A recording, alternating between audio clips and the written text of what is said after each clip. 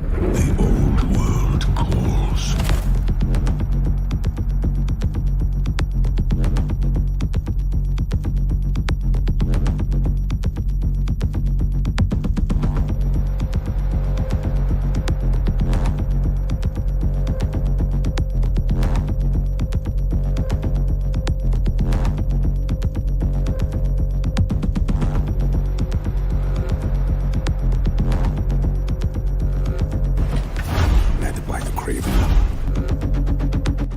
Torn apart by the greedy, weakened and exposed, forever on the defense.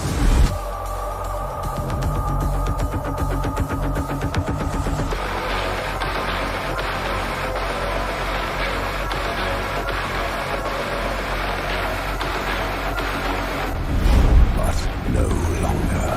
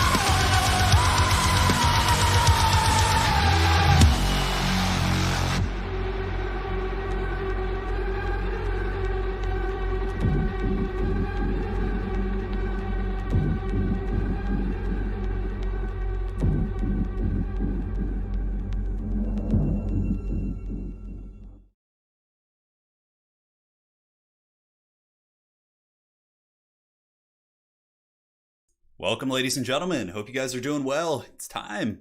Legendary Lords Tournament. I believe it is Group M. Yes, it is. The Lords are going to be Kazrak, the old one-eye. Will the Beastmen make it? We will find out. Of course, Malagor has already played the big turkey. I think he actually went 1-2. I don't remember if he went 0-3, but Malagor certainly did not advance. We then have Belegar. So we do have the kind of mini battle of the Carrick Peaks here. We have Belegar facing off against Skarsnik, and then we do also have Throg the Troll King in the bottom right. So welcome, guys. How you all doing? Spezia Poet. Early enough for the intro. Great work. Hey, man, you made it. Pleasure to have you here. But yeah, it should be a fun group for sure. No Undead Lords in this pod. Of course, the last stream we had was mostly Undead, and today we got some of these characters, I guess, a lot of people think Belegar is a bit of a meme. But the truth be told, Belegar actually, he's not super impactful himself, but for his price point compared to like other dwarf lords, if you want to have like a wide dwarf army, oftentimes you do see Belegar picked in tournaments actually because he's so cheap at his base price point, and he's, you know, got pretty decent combat stats. So basically you bring him just because he's very cost effective, or cheap, I guess. And then you are able to get a much wider army. Throg is also, you know, not uncommon. Wulfric is certainly the more powerful of the two lords. Wulfric has already been eliminated from this tournament, so Throg is the last hope for Norske.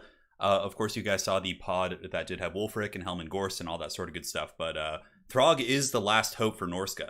Now, as far as the Greenskins go, I think we've had some Greenskin lords qualify. I can't quite remember, but nonetheless, we'll double check on it. I don't want to say something and accidentally spoil another pod without knowing for sure. But Skarsnik, you know, I think Skarsnik's a really powerful lord. Easily an A-tier lord. The rampages are really good. His anti-large ability is really good. So probably as far as the power level in this pod goes, I would say Skarsnik is probably hands down the strongest lord. Followed up by Throg and Belegar kind of being similar in power levels, and then Kazarak is probably down in the dumps would be my assessment. The Ash Heriter, thank you so much. Welcome to the Dukes of Haggard. I really do appreciate that. Thanks for becoming a member here on the channel, and Ivan coming in with a big 20 to kick off this stream. Let's get that hype going, man. Ivan, thank you so much. I don't see a message, but really appreciate that one, man. Yeah, it's going to be good. It's going to be good indeed. So yeah, we're actually moving this weekend. So over the weekend, there's not going to be any streams probably. We are literally, our whole apartment here is getting packed up. So the computer is like one of the last things standing. So there won't be any streams tomorrow or the weekend. I'll have some fun videos for you guys. I have a Tzeentch army list video prediction for Warhammer 3. But aside from that, it's going to be pretty low-key. So pretty low-key. Surtha, heck, you know what? Am I going to punish the soundboard today? I got to put more sounds on it, for sure. Yeah, there's only a couple right now, but yeah. You know, I could have put Surtha Ek in this. That would have been fun to like put someone on a Marauder Chieftain or something just to give Norske more lord choices. Yeah, that would have actually been a good idea. Damn. Well, next time. Next time we'll put Surtha Ek in. We'll just put like a generic Norscan lord. Or we could actually like have someone use a mod for all their games where it like actually gives them a Surtha Ek lord. Yeah, that'd be really fun. All right, so we're going to be loading into the first game here in just a moment. So let's go ahead and pull that bad boy up. Thanks again for joining, guys. Rampage is, yeah, it's really good. It's really, really powerful. It's also quite good against cav. So rampaging like a cavalry unit that's expensive into your spears or black orcs or something can be very strong too. Because it also lowers their melee defense, right? So firstly, we're going to start with the Battle of Carrick Eight Peaks. We're going to be going in with Skarsnik facing off against Belegar, which should be quite a bit of fun. So it's going to be Vicious Satsuma, of course. He's done very well in the single faction tournaments, winning with Greenskins several times, facing off against the Mountain King, Yumais, of course, who got to the grand finals of the faction war with his dwarves. Unfortunately for him, he had to face Skaven, which is quite literally the worst nightmare for dwarves. So we got the Greenskins versus Dwarves here in the first game. Yumais on the Dwarves, or Clan Angrand, I should say, facing off against the Crooked Moon and Skarsnik. Yes, yes. Raptor Jesus, you just lost a huge chess risk game. Oh boy. Yeah, risk can take some time. You know what I've been binging on right now, guys? Man, I've been playing so much chess. Like every night I go on, I just put on some music and I play chess for like 2 hours. It's been so addictive. Because I hadn't played since I was a kid. I kind of forgot about the magic of it, but man, I've been having so much fun. So on that note, before we start here, what we're going to be doing is we're going to be having a chess tournament featuring Total War Warhammer tournament players. So I'll just be doing my Haggard commentary, of course, but sometime in the next 3 weeks, we're going to have a chess tournament, a two-part tournament, which is going to be super fun. We're going to play rapid format, so 10 minutes per player, and yeah, it's going to be wild. So that is going to be going down sometime in the next couple weeks. So I was going to put Queek in this group, but I didn't want to make Skaven and Dwarves like in the same group because it's kind of unfun. It's just not a fun matchup. So yeah. No, I'm not that great at chess. I just love playing it. It's really fun. Yeah. What ELO am I? I think I'm like 1250 right now. I almost got to 1300. I was like 1280 and then I lost the game and tanked me down a little bit, but yeah, I'm almost 1300. I'm like 1250, 1260, 1270, somewhere in that range. But I think I'll be able to get up over 1300. I have a pretty good win to loss rate right now, but yeah. PogChamps 4 return. I would play if they invited me. I would play for sure. Yeah.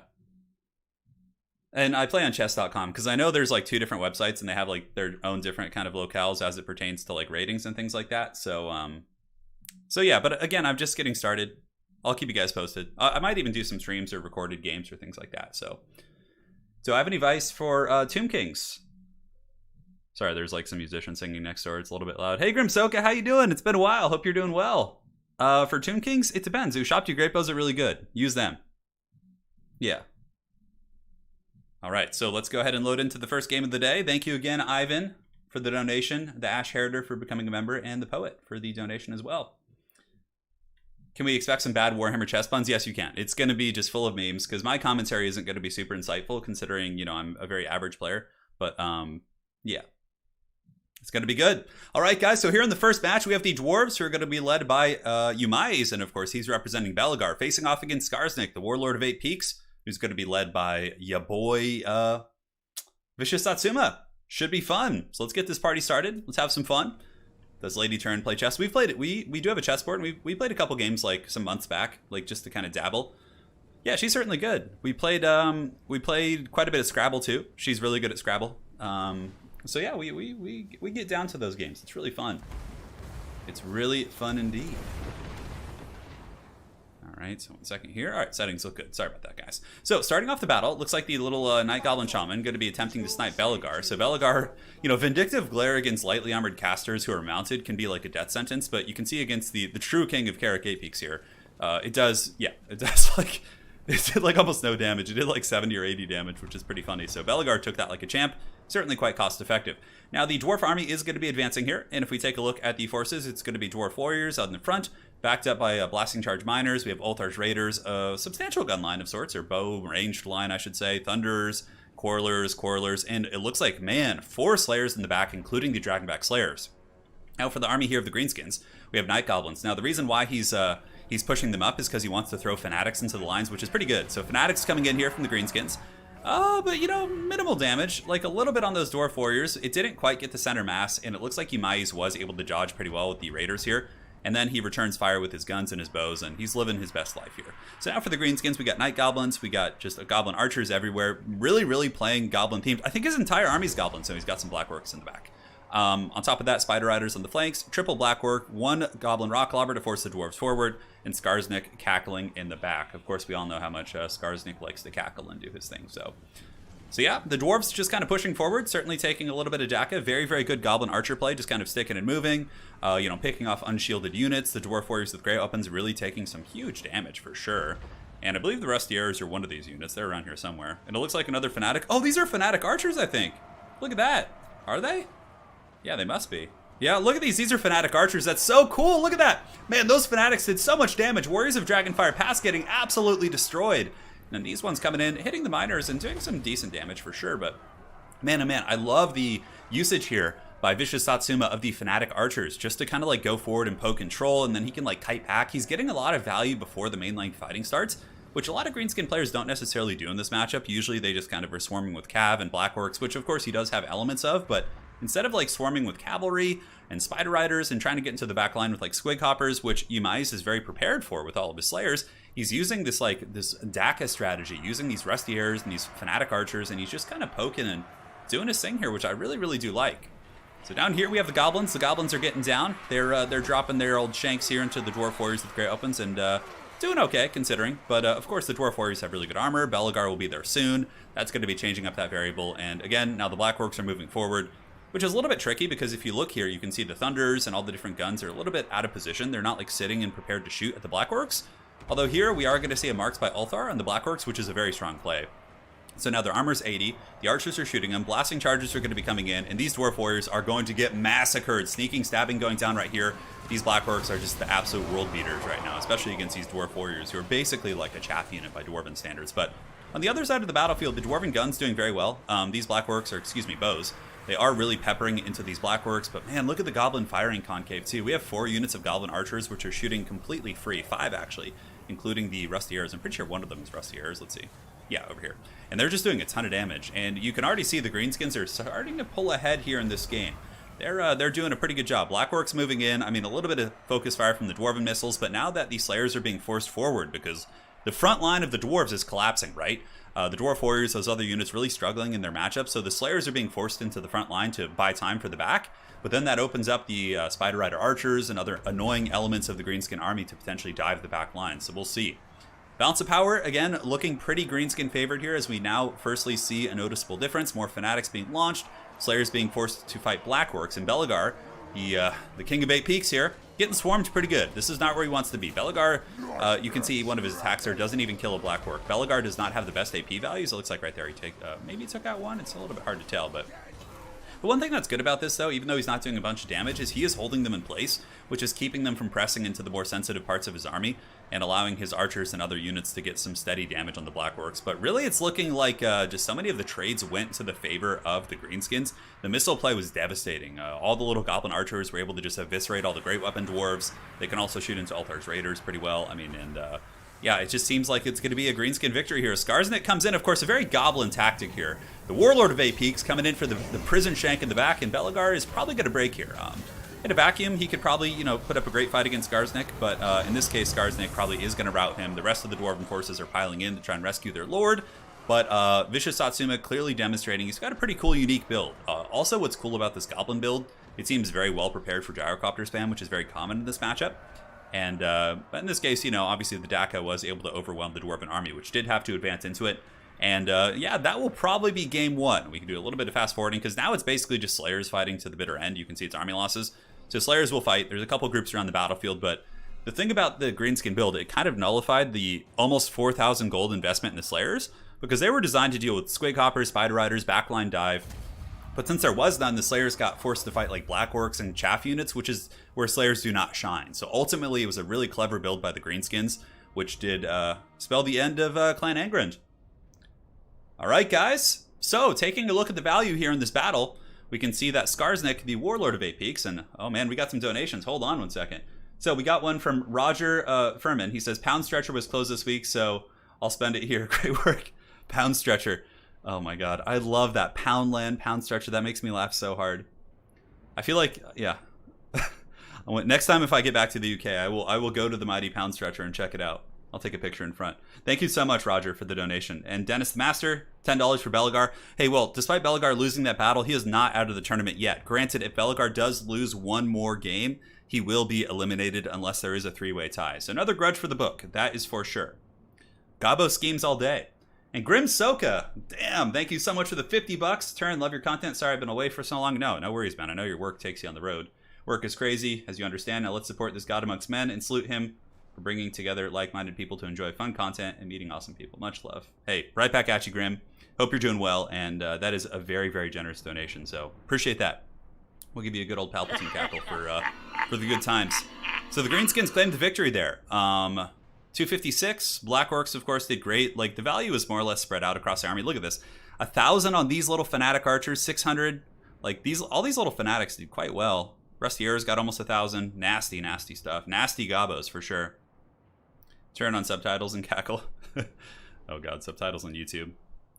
And yeah, the Dwarf army really struggled to get value. Like, all the Slayers got, like, a couple, 300-400, which is brutal, considering they cost almost 3 times as much as that. Yeah.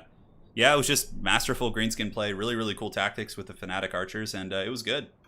It was good indeed. So now let us load into the next game, which is going to be Throg facing off against Khazrak. The battle of the Mimir Lords here in this pod, I would say. So let's go ahead and delete that replay. Yes, yes, yes. All right, it's Crooked Moon. Clan Angrand is down for the count. So now we have Wintertooth versus the Beastmen, yes. So the Beastmen are being represented by Outer Region, who of course is a very good Beastmen player, facing off against RTK Valkanos. So Valkanos, a content creator, awesome guy, is going to be playing Wintertooth and Throg. So there you have it. Turn, have I ever been to Ireland? No, I haven't, and I really want to go. The only reason I've been to the UK so many times is because of Everchosen. So Creative Assembly for a couple Everchosens, I think 2 or 3 flew us out there. And it's mainly been a cost thing. But if I could just travel, I would love to go to Ireland because that's mostly my heritage. I'm more or less half Italian, half Irish. So I'd love to go out there and just experience the culture, eat some, I've been getting into cooking recently, so I'd love to like try some of the foods of my ancestors out there. And yeah, I really want to go. I really want to go sometime. Yeah, absolutely. All right, guys, so now we have, and it seems like this group is really loving Oakenhammer, which I actually greatly prefer as a map. I do like Oakenhammer quite a bit. So let's go ahead and load in, guys. We have Throg and Valkanos. It looks like it's going to be the Troll King, backed up by some Marauders and some Berserkers as well. And yeah, very light on the infantry department, which is totally fine, right? You're mainly going to be running into like Ungors and things like that. So I think going a little bit cheaper in terms of overall quality is totally fine. Yep. Turin, come to Portland after the pandemic? Yeah, someday, for sure. Lady Turin and I have wanted to visit up there. So we got Marauder Horse Masters, 4 of them. Pretty cool choice. They can counter skirmish against the Centaurs pretty well. They can poke down spawn, Minotaurs. Pretty good diversified. Potatoes are one of my favorite foods. Like anything made with potatoes, like is just, it's just life. Yeah, it's just life. It's good. We do also have skin wolves, so we got some condom wolves. In total, there's going to be 4 of those bad boys. And again, they're quite good against the Beastmen. They can do very well against Centaurs, Spawn, Minotaurs, and can do some okay damage against lightly armored infantry. I do like this army quite a bit. I think it's nice. And now for the Beastmen in Outer Region, front line of spears, the classic Ungor Spawn Rush. It's just, it's cookie cutter, it's effective, and, you know, if your opponent isn't microing well with their ranged assets to pick apart your spawn, you can really tear apart a Norsken front line. So there you go. Over here we do have Centaurs, so Centaurs, and some Hounds, and then we got a couple Raiders in the back as well, and it looks like a Manticore Summoner teamed up with Khazrak One Eye. Oh my god, is that Foot Khazrak? Oh baby. Guys, it's Foot Khazrak. Look at him stomping his hooves. He's like, no longer will I be the Minecraft cow. Today we ascend. Look at him, he's just getting all apeshit in here. Yeah, he's got pretty crazy stats for sure, but yeah, he's still a bit of a meme. It's gonna be interesting to see him dueling Throg. Yeah. I know, every time I cook potatoes, in the house, like I've been cooking these breakfast potatoes. So basically what you do is you cook some here. We'll do a little bit of a slowdown here. You cook bacon, right? So you just cook up some good bacon. You let the fat kind of settle in there. And then you cook the potatoes. You boil the potatoes for like 15 to 16 minutes. You know, a little seasoning in there. And then you throw the potatoes into the bacon fat and you cook them with like some garlic, you know, a couple different like spices and things like that. And if you cook them in there and like just mash them inside of the bacon fat, oh my God, it's like the best thing ever. But I'll always say boil them, mash them, stick them in a stew. That's like the saying for my culinary experiences.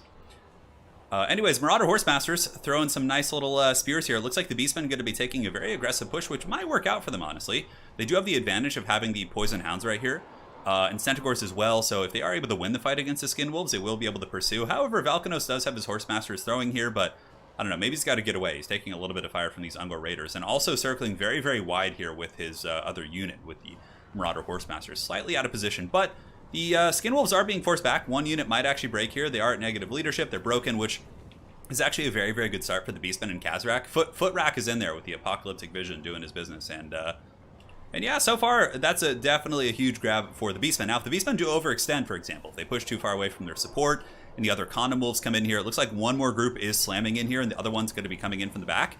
With the support from the Marauder Horsemasters, Norske might be able to end up winning this trade, despite the fact that Khazrak is there, because they're getting us around, they're breaking these guys, but it also could be essentially over-investing even more and losing more Skin Wolves, but we'll see. So Norske is advancing. Something else we also have to keep in mind here is that the Shaman Sorcerer of Fire does have Burning Head, so if the Beastmen really blob here, there could be a big, nasty Burning Head, but honestly, I think this is going better for the Beastmen. They're getting just a ton of assets piling in.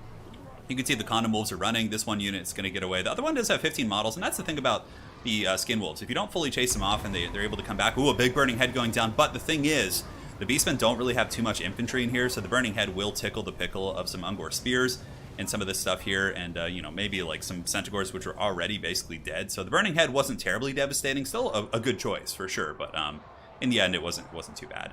Now here on the flank, we do have some Marauder Horsemasters fighting against some Centaurs. Now, of course, these Centaurs in a vacuum, especially on the charge, it looks like they got it, will win, but there are 3 other Marauder Horsemasters here who could probably pick apart these Centaurs and force them off the battlefield. Now, the mainline fighting has started. We have Berserkers and Marauders. Marauders, of course, defeat Ungor Spears.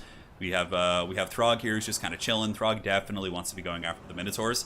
If he could just kind of methodically pick off the Butchers of Galkangard models, that would yield some pretty solid value.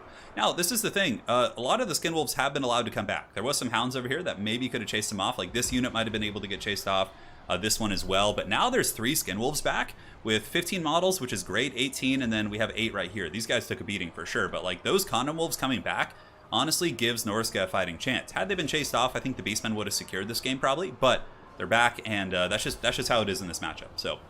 So the Skin Wolves are pushing in, and now they're going to get a really big value trade here, just going after the Chaos Spawn. And Skin Wolves are designed to kill Chaos Spawn. High damage against light armor. You can see they're getting their big werewolf claws, and they're chopping these big boys down, and a big burning head down the pipe there, able to tear apart the Blackhorn's Ravagers, really allow the Berserkers to get in there and do their work. And now suddenly you're seeing a bounce of power, which is dead even, if not maybe a little bit Norsken favored, right? It can turn really quickly.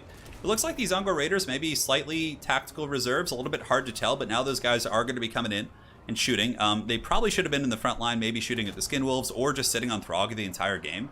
That would have been very strong. If they could sit on Throg and just pick him apart, that would be very, very good. Hey, thank you for the donation. Really appreciate that. Holy shit, man. You guys are getting out of control. So we have a $50 donation from Snickers there. Thank you. One of my favorite treats, actually, are the Snickers bars. Thank you so much for the 50. Holy shit, man. No message. That's super generous. And, yeah, thank you. Grim Soka with a $100 donation. Holy shit, man. He says 200 likes. Love you guys. Grim Soka, thank you. Thank you so much. That is huge, and it really does help with our moving expenses there. Thank you. Appreciate that, man. And here we are. The battle rage is on in your honor. The Skin Wolves continue to bump and grind, but the Butchers of Kalkengard, of course, do cause terror, which is something to consider. I believe Skin Wolves, when their frenzy does wear off, they are not immune to psychology, and you can see that's correct. They are being terrified right now by the Butchers of Kalkengard. A very, very close scrap. This game could certainly go either way. Now, I do think getting the Ungor Raiders to start shooting at Throg would be pretty cost-effective. He's a little bit trapped in here by these units, and I do think that the Ungor Raiders really could pepper in and do their thing.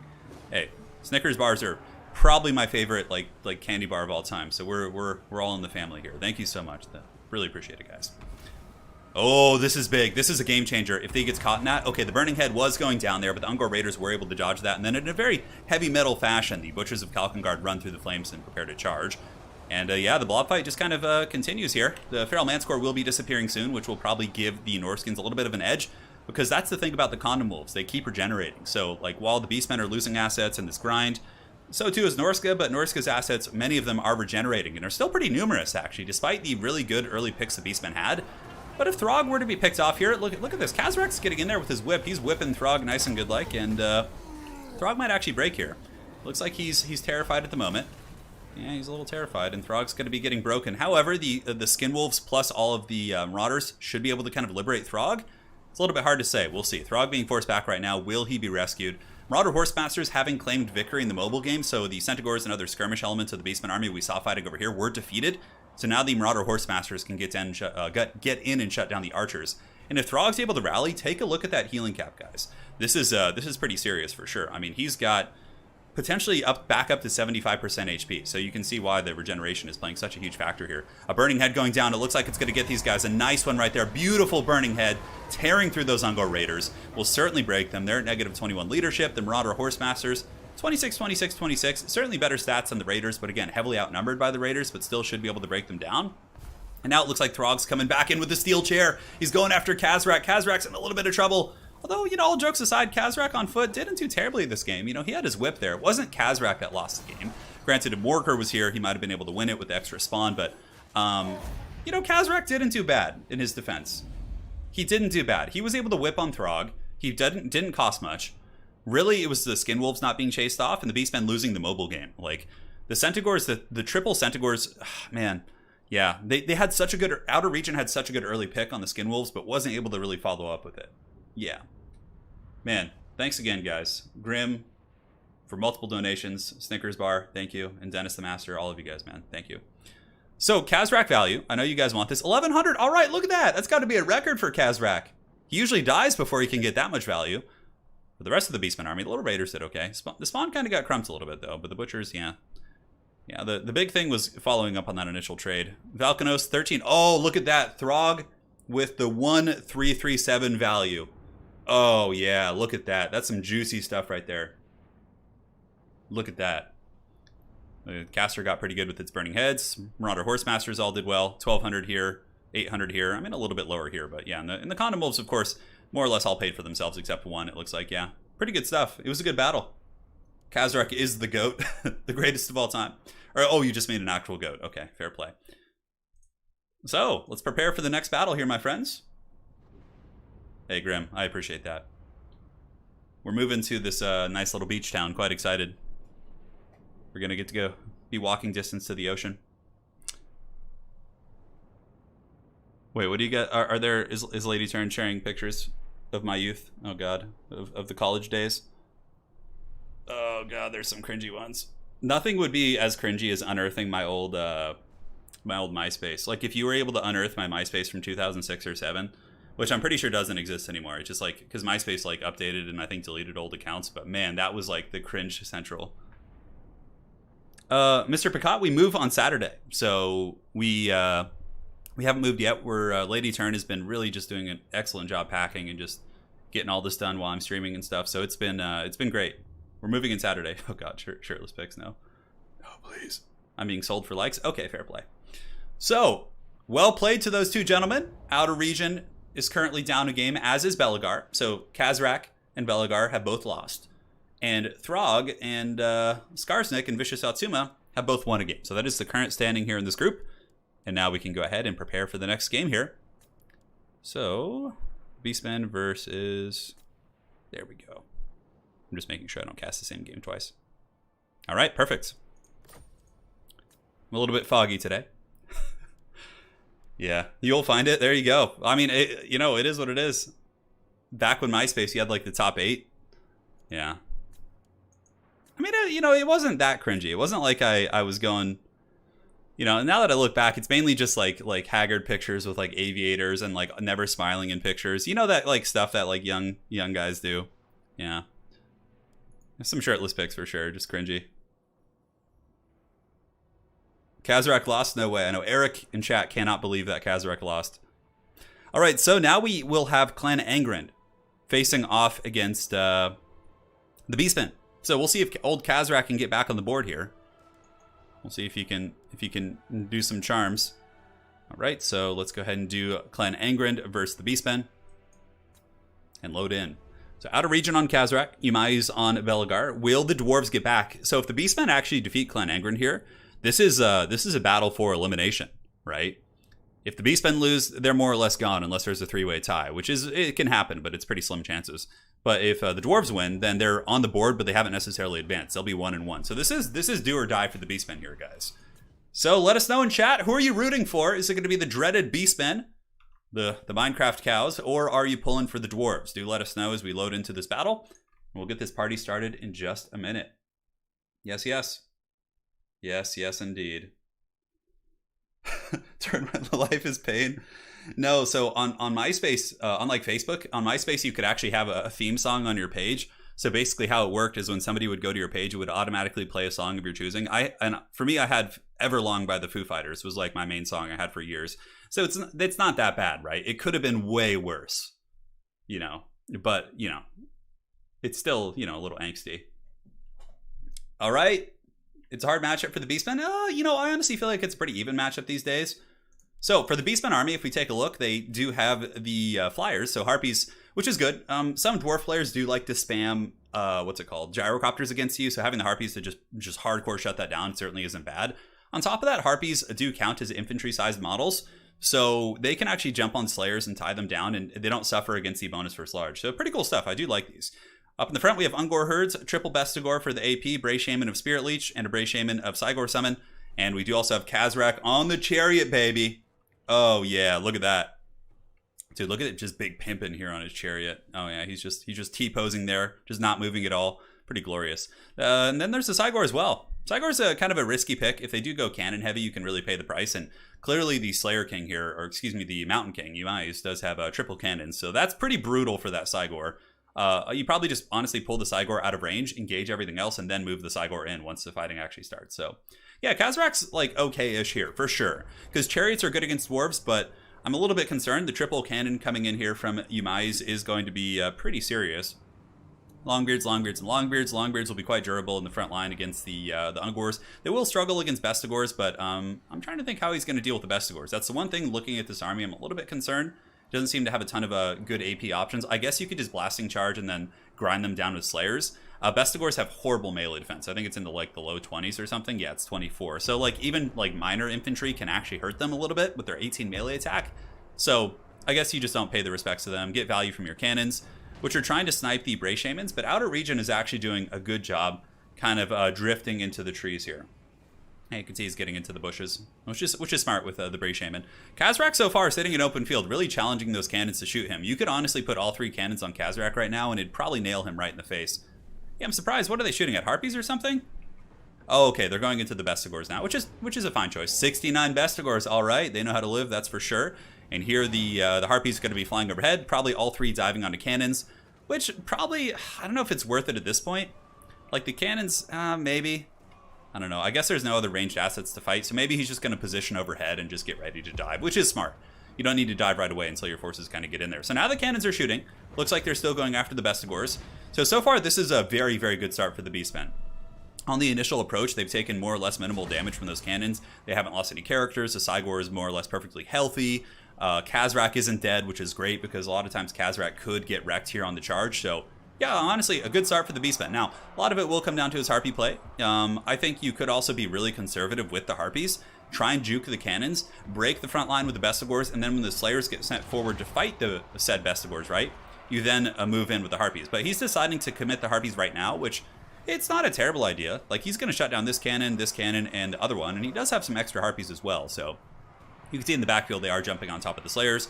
And the Slayers will beat them, of course, but, you know, it's not the worst trade in the world. Now, Khazrak is riding through the fire and the flames, going into the Warriors of Dragonfire Pass, so a pretty heavy metal shot, actually. Look at that. Just, everything's just on fire here, and there's all these dudes just going fisticuffs.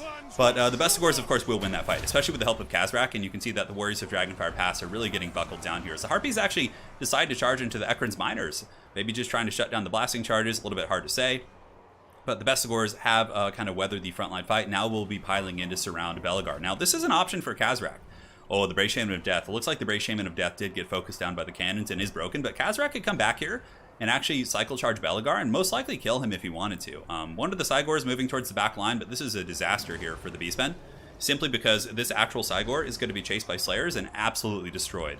That's basically giving your opponent, you know, 1,500 plus gold for almost nothing in return. That Cygor needs to pull back, get across to this side of the battlefield, run and stand on top of Bestigors and fight. Thankfully, it looks like the Dwarves have kind of forgotten to give the final attack order here, and these Slayers are not attacking the Cygor. So that's a big win for the Beastmen, but otherwise that could have been a disaster. Now, Belegar has gotten some reinforcements, some Longbeards, and Longbeards have good enough combat stats that they can kind of endure the Bestigors despite not being an AP unit. And also with Belegar here, this looks like it'll probably be a win for the Dwarves in the front line. Now, balance of power is looking pretty good for the Dwarves. As you can see here, it looks like Khazrak, I guess a stiff breeze, or he maybe got surrounded by some Slayers. Your boy Khazrak is taking some serious damage for sure, which is very, very grim for the Beastman. That's kind of his problem, right? He just lacks that durability, and yeah, there's a cannon shooting at him from downtown. If he takes one more shot, you know, he's going to be out of the picture. He jukes that one. Where is he going to go? He's got to keep juking. Another cannonball misses. Man, that is some very stressful stuff. On top of that, the Cygor going down for almost no return. This Cygor probably has like 400 gold value, I would guess. Yeah. Oh, man. Prophetic 396. And gets absolutely massacred by the Slayers. What a devastating loss, right? Like, so the Cygor was pretty inefficient. Khazrak did okay. He was disruptive at least. But yeah, the Cygor, a very, very kind of off pick. Maybe if the Cygor had been replaced with like a couple other chariots, or let's say some Razor Gores or more infantry just to swarm, could have been a lot stronger for sure. But so the Beastmen still have their chariots. I mean, if the Beastmen can get some good cycle charging, but like they're just so out of elements, and there's so many Slayers left on the battlefield, I just don't see them coming back. Now, they have shut down the cannons, which is certainly nice. It frees up Khazrak to just kind of ride around and be a haggard Beastman, but you know, aside from that, there's just so many Longbeards, Slayers. I mean, there's just so many dwarf models left. And here, how many do we have? We have, yeah, 55 Slayers. Also, mixing in some Ungor Raiders in your build can be very strong here, because they can actually focus down Slayers very effectively for a very low price point. But yeah, the Beastman basically just chasing stuff off the battlefield. Khazrak one-eye just on his Pim Chariot. Let's go ahead and take a look at the value here. He's got, how much? Oh, look at that. Guys, Khazrak rocking 577 value. Oh, yeah. Powerful Beastmen Lords. Here he comes, moving in, cleaving one Slayer on the way in. Very, very stylish for sure. He might be able to break those miners, but then these Bestigors, despite their, you know, armor, still going to get massacred by a horde of angry dwarves. And the Cygor getting cut down by Slayers was such an inefficient trade. It was so rough. Yeah, let the sad moo sounds go. If you guys, that's the equivalent of typing F for the Beastmen, just the Minecraft moo. It's so funny. I love those videos that Tariff has done, because I played a ton of Minecraft, so that sound is very like iconic. You know, the Minecraft cow sounds. And it's just so fitting. It's like such a funny meme, you know? I love it. So we have a donation from Lich109 during the game. Sorry, I missed it. He says, fun fact, in 6th edition, Khazrak's one of the best monster killers in the game. In 7th and 8th, he's one of the best horde clearers. And now he's neither. Yeah, he's certainly fallen from grace. You know, he's still rolling. Let's see if the old boy Khazrak can get up to 600 value this game. Maybe so. He's at... Oh, no, he did. All right. Look at that. Okay, that was good. He's up to 700, getting some value against Slayers. But, you know, the Slayers also get it right back, right? He's taking some damage, and they're hot on his heels. He's dragging that Slayer along for the ride. Oh, man, that's pretty funny. So it looks like that injured Cygor actually did come back. That's nice. Oh, look at this. Are the Beastmen pulling the bounce back? Now, the only reason why the bounce of power is back, guys, is because of the second Cygor summon. I still think it's very, very heavily dwarf favored at this point because, like, you know, the dwarves they're like Thanos. They're inevitable. They're coming for you. And those Cygors are going to be forced to run here or are going to be getting corralled by Slayers. And it looks like, despite a very valiant effort here by Outer Region, I think the dwarves are going to swarm. I mean, look how many Slayers there are here. So many. And the Bestigors are not going to be able to stop them. The Bestigors are going to break in a matter of seconds. Yeah, -5 leadership. Belegar's here. The true king of Carrick 8 Peaks. He's fighting the Beastmen to get Carrick 8 Peaks back, or perhaps he's on his way to Carrick 8 Peaks and was ambushed by the Beastmen. That makes more sense. Break Shaman to the Wild's going to die. Slayers are swarming. And these Slayers got a full chub for these monsters. That is for sure. They're going to be tearing these guys apart. One Cygor's running. The summoned Cygor being sent in as a sacrifice, which makes sense. But the Slayers know which one is the prize. And they're going to be going after this guy. And yeah, he is not going to be long for this earth as he is shaken. Apocalyptic Vision, one of the main reasons why he's probably still on the battlefield. And the other Cygor is going after Belegar, which is a good choice. If you can, you know, cheese out Belegar, maybe get some work in there. But even still, Belegar has really, really good melee defense. So we will see what happens for sure. We will see. We will see. So the swarm happens. Longbeard's getting in there. Just ignoring this one. That's the right choice. Typically, if you don't have to fight summons, you don't want to. It's just like if you're playing against like Grell, for example. You just want to ignore him. And that is going to be GG. So I'm sorry to all of you Beastmen fans in chat, but Khazrak has been eliminated from the tournament unless there is a three-way tie. The only Beastmen you have that is still left in the tournament is going to be Morker. Now, Morker is being played by Tesla, who's a very, very top-tier Beastman player as well. So there is hope for you guys. But on that note, Belegar is 1-1. He is not advanced yet, but he is kind of out of the off the chopping block, as they say. Yes. Yeah, it would have been funny to see Tariff playing one of them. Yeah, for sure. That would have. You know, I'll invite him next time. Shit. I don't know if he plays multiplayer, but Peterborough, thank you for the donation. Hello to you too. The Jawi Tide coming for blood. So Khazrak value. Okay, he got up to 1,000 before he went. You know, it's Khazrak for you. Belegar got about 500, but that, like Belegar, you don't need him to get value, right? Moo. Moo. I'm trying to do the cow noise for you guys. I don't have it set up. Slayers, man, Slayers went apeshit that game. Look at that. 1,200, 1,600, 1,000, 900, like just tore it up. Cannons, despite being shut down, still did really good. 1,400 plus 900. Ouch, man. Harpies all got like 300 value. Bestigors, like none of them paid for themselves. Cygor just got dumped on. Yeah, just a lot of really rough trades there. I'm not clicking that pwn. I'm not clicking it. I know it's a trap. It's going to be a Rickroll or something. If you actually did Rickroll me and it played the song in my stream would probably get shut down. Unless I closed it within 3 seconds, because like YouTube is really strict. Like on Twitch, you can play copyrighted music and they just basically mute your stream afterwards. But on YouTube, if you play copyrighted music during a live stream, it actually terminates your stream. Yeah. Yeah, so. All right, so let's do it to it. Let's get this next game going. The sad mooing sounds are upon us. If it's not a Rick roll, check it. But I don't want to get Rick rolled because if I do, it'll shut down the stream. All right, which is it's so dumb. I don't know. Now, is it a Rick roll? Tesla will save us, says Contende. The Beastmen will rise from the ashes once more. All right. Okay, where is this? Beastmen versus Clan Angren. We just had that game, which is good. We have 3 more games here in this group stage. So next up, we can do... what game do we want to do next?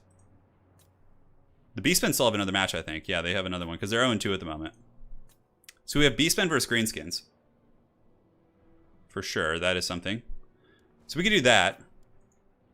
And then, what are the matches? I'm trying to, like, figure out the order in which we should... It is a Rickroll. Of course it is. No, I'm not going to do it. I'm not going to Rickroll myself. It would literally terminate the stream. I'd have to reset up everything. Yeah. Pwn, how dare you? You got Sparty and Sotek. They must have shut it down quick enough. Can you sing copyrighted music? Yeah, you can. If I can, like, karaoke it, yeah. If I have, like, the music playing in the background, though, like, it would shut me down. But if I just started singing a song, like, it'd be fine. Ironically, it's funny because I actually look a little bit like Rick Astley, not like super similar, but I look like I could be in like his family. So if I actually were to do like the Rick Astley dance, it'd be really funny. Maybe someday I'll do a video. Like if we get to like 200,000 subs, maybe I'll set like a goal or something. And I'll do like, I'll straight up do a music video of me as Rick Astley. I don't know. Something like that. There needs to be a pretty steep goal for that though. All right. Very good. So next up, we're going to do the Beastmen versus the Greenskins. It's going to be the last hoorah of the Beastmen. Now, this one is interesting because Satsuma has already... yeah, this one... The Beastmen could drag down Satsuma here. Satsuma has one victory against the Dwarves, but if the Beastmen are able to beat him, he'll be dragged down, and then it's going to be a pretty complex pod from there. So we have Greenskins versus Beastmen. The last moo of Kazrak is upon us. What's your best advice for newer players? Tyler, I would recommend joining our Discords, the multiplayer Discords, and just practicing with people in there. That's like one of the best ways to get the reps. Ladder is kind of the Wild West. There's some really abusive, cheesy builds you can do, and honestly, there's a lot of toxic players out there. For the most part, like 8 out of 10 ladder games you play will be fine, but you know, it can be pretty, you know, if you're a newer player and you get really unlucky and get a couple of really toxic games in a row, it can be really turn you off from wanting to play. I would recommend getting in and playing in the Discords, structured games. You can use Anticity's ladder, which of course I have set up in my Discord as well as his. But yeah, and just of course watching videos of your favorite factions is helpful, like seeing the build, seeing what works, that kind of stuff. So what are my predictions? Well, I can't tell you because I know the outcome. Grim Soka says, got my wife into 40k. She plays Fishes of Battle. I failed. She plays Imperium. Well, it looks like you're just going to have to play the Servants of the Dark Gods and do your thing. Lady Turin saying, Grimsoka, go badass lady, go. you guys have to play the opposites and just battle. All right. Funny stuff. Okay. How dare you, Pone, trying to rickroll me? How dare you, dude? Trying to own me? It is pretty funny though. All right, guys. So here we are. Brain, work. It's almost 3 p.m. Come on, get your shit together. So we got Skarsnik, the vicious Satsuma, facing off against Kazrak, the One-Eye, the Eliminated, the Outer Region. He is fighting to drag down the Greenskins to his level. He is reaching up from the morass, the swamps, the pits, trying to bring down his fellow beastmen here. Or I guess the Greenskins are kind of like these people, right? I don't know, sort of. Hard to say. Anyways, here we got Forest Goblin Spider Riders into the sunset and some Wolf Riders. A very, very powerful combination. These guys are super annoying, really, really good counter skirmishing, can really corral throwing axes, can corral Centaurs, just really dominant in this matchup, in my opinion. Now, the front lines are going to be Savage Orc Biggins. We do have Skarsnik as well, who is actually quite good in this matchup. He can rampage monsters. He can, shank the Chaos Spawn, the Minotaurs. Very, very powerful for sure. Now, over here we got Forest Goblin Spider Riders. It looks like 4 in total, and that is going to be it with a Vindictive Glare Caster to snipe the Cygors and a Giant River Troll Hag to Spirit Leech. A very, very clean, strong army here for the Greenskins. This army looks nasty. It looks competitive. It looks effective. Yeah, that's going to be good. And also, if you want to play Greenskins, just go watch any games Vicious Satsuma has played in either my tournaments, my ECL, Single Faction Wars. Copy his builds more or less, and you'll have a really, really good place to go from. So now for the Beast People, we got a Cygor in the back. Cygor's not bad here. Considering the presence of Savage Orc Biggins, he can actually just sit and throw boulders at the Savage Orcs, and he's going to be quite happy. Now, early gooning going in. The Bray Shaman of the Wild is being focused down by Overcasted Spirit Leeches. And the Hag, what's cool about the River Troll Hag is even if she does take damage from the Overcast, she just heals it, which is really nice. So overcasting Spirit Leeches really isn't an issue. So second Cygor Summon's going to come out, which is not a bad idea considering that the Bray Shaman could get sniped. Front line is Blackhorn's Ravagers, basically just a spawn front line with Ungor Raiders in the back. Raiders will be very, very good against the Savage Orcs. So I actually do like this Beastman army. It's a little bit immobile, a little bit vulnerable to the skirmishing elements of the Greenskin army, right? Because you have 100 range here, you have 115. So like these little skirmishers can basically sit and poke the spawn and force them back and really cause quite a bit of disruption. And the Beastmen also don't have too much to defend their back line. So like the basic Spider Riders, with which there's, I think, like 4 of them. Yeah, those guys can really cause a ton of issues in the back line. So we will see how this goes. Somebody in chat saying F for the Beastman. Oh, we'll see. I mean, good start for sure. The Savage Orc Biggins, a very expensive unit, taking a ton of damage. And Kazrak, one eye on the chariot, getting out there, sending a message. Now, if Kazrak just charges into the Savage Orcs, he can do some really good damage, actually, as long as he doesn't sit there and let them beat on him. The double Cygor is doing great work. Savage Orc Biggins taking quite a bit. It looks like they're going in the dreaded line formation. And now the fighting is underway. So Blackhorn's Ravagers are engaging against the Savage Orc Biggins, and they're pretty elite for sure. And, you know, Kazrak's here. If he pops Apocalyptic Vision, that's quite strong. And you can see the Savage Orcs are actually taking a fair amount of damage. Yeah, they're down to 53 models. The Beastmen actually winning this trade here. So anytime you can get those upward trades against these Savage Orc Biggins, you're going to be quite happy. Vile Tide to the back and nuking the Greenskin position. You can see the Greenskins are starting to waver there. But now comes the counterpunch as the Forest Goblin Spider Riders do swarm around the back and potentially get a full surround on this Beastman force. But yeah, the Beastmen actually able to win an engagement. So big props to the Beastman Army there. And yeah, Kazrak and the Blackhorn's Ravagers and the Giant River Troll Hag appears to be in there as well. Skarsnik's piling in. The Beastmen continuing to fight here, but if they fight, the longer and longer they fight, their charge bonuses will wear off, and Skarsnik is here now, and he's got his Hag here. This fight could certainly turn around. In the backfield, we got Spider Riders chasing down the Ungor Raiders, so the archer line probably will be shut down here. Spider Riders probably will surround the Eye of Moorsleep or even kill this Bray Shaman in the back. So there's a couple of very precarious situations.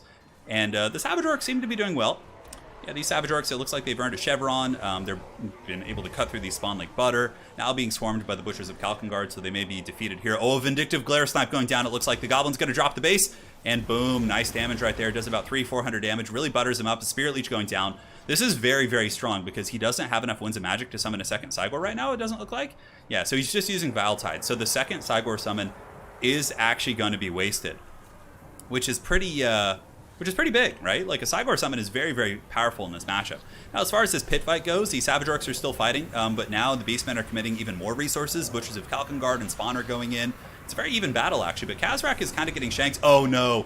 Fermented Fungi going down. So Kazrak is rampaged next to Skarsnik, the Warlord of 8 Peaks, and he's going to be giving that Prada to Kazrak all day, man. But it looks like he can't quite get to Kazrak because of the spawner blocking him. It's a little bit hard to tell.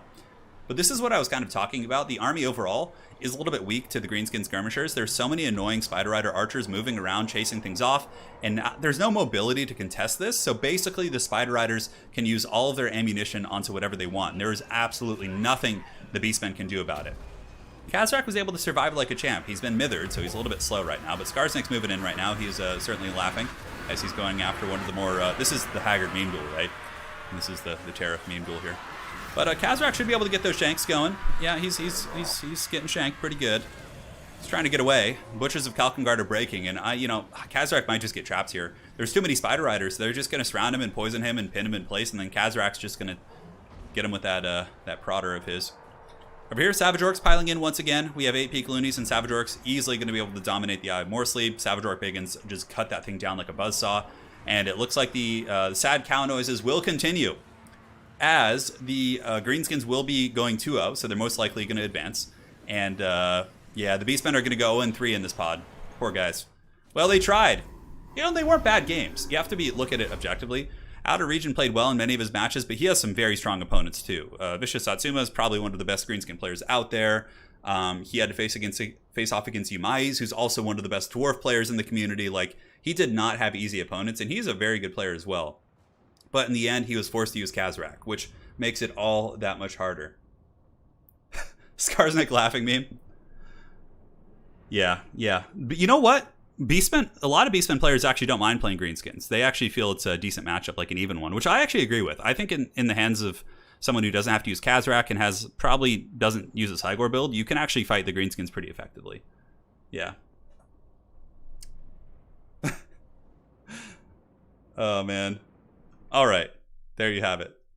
So let's look at some values, I guess. We have Skarsnik, he just was an anchor, really. But the Savage Orcs, holy shit, look at that. 800, 1300, 500. Yeah, not too bad, actually. Only 2 of them did super well. But yeah, all the skirmishers, like 800 on this, 700, like skirmishers were super annoying.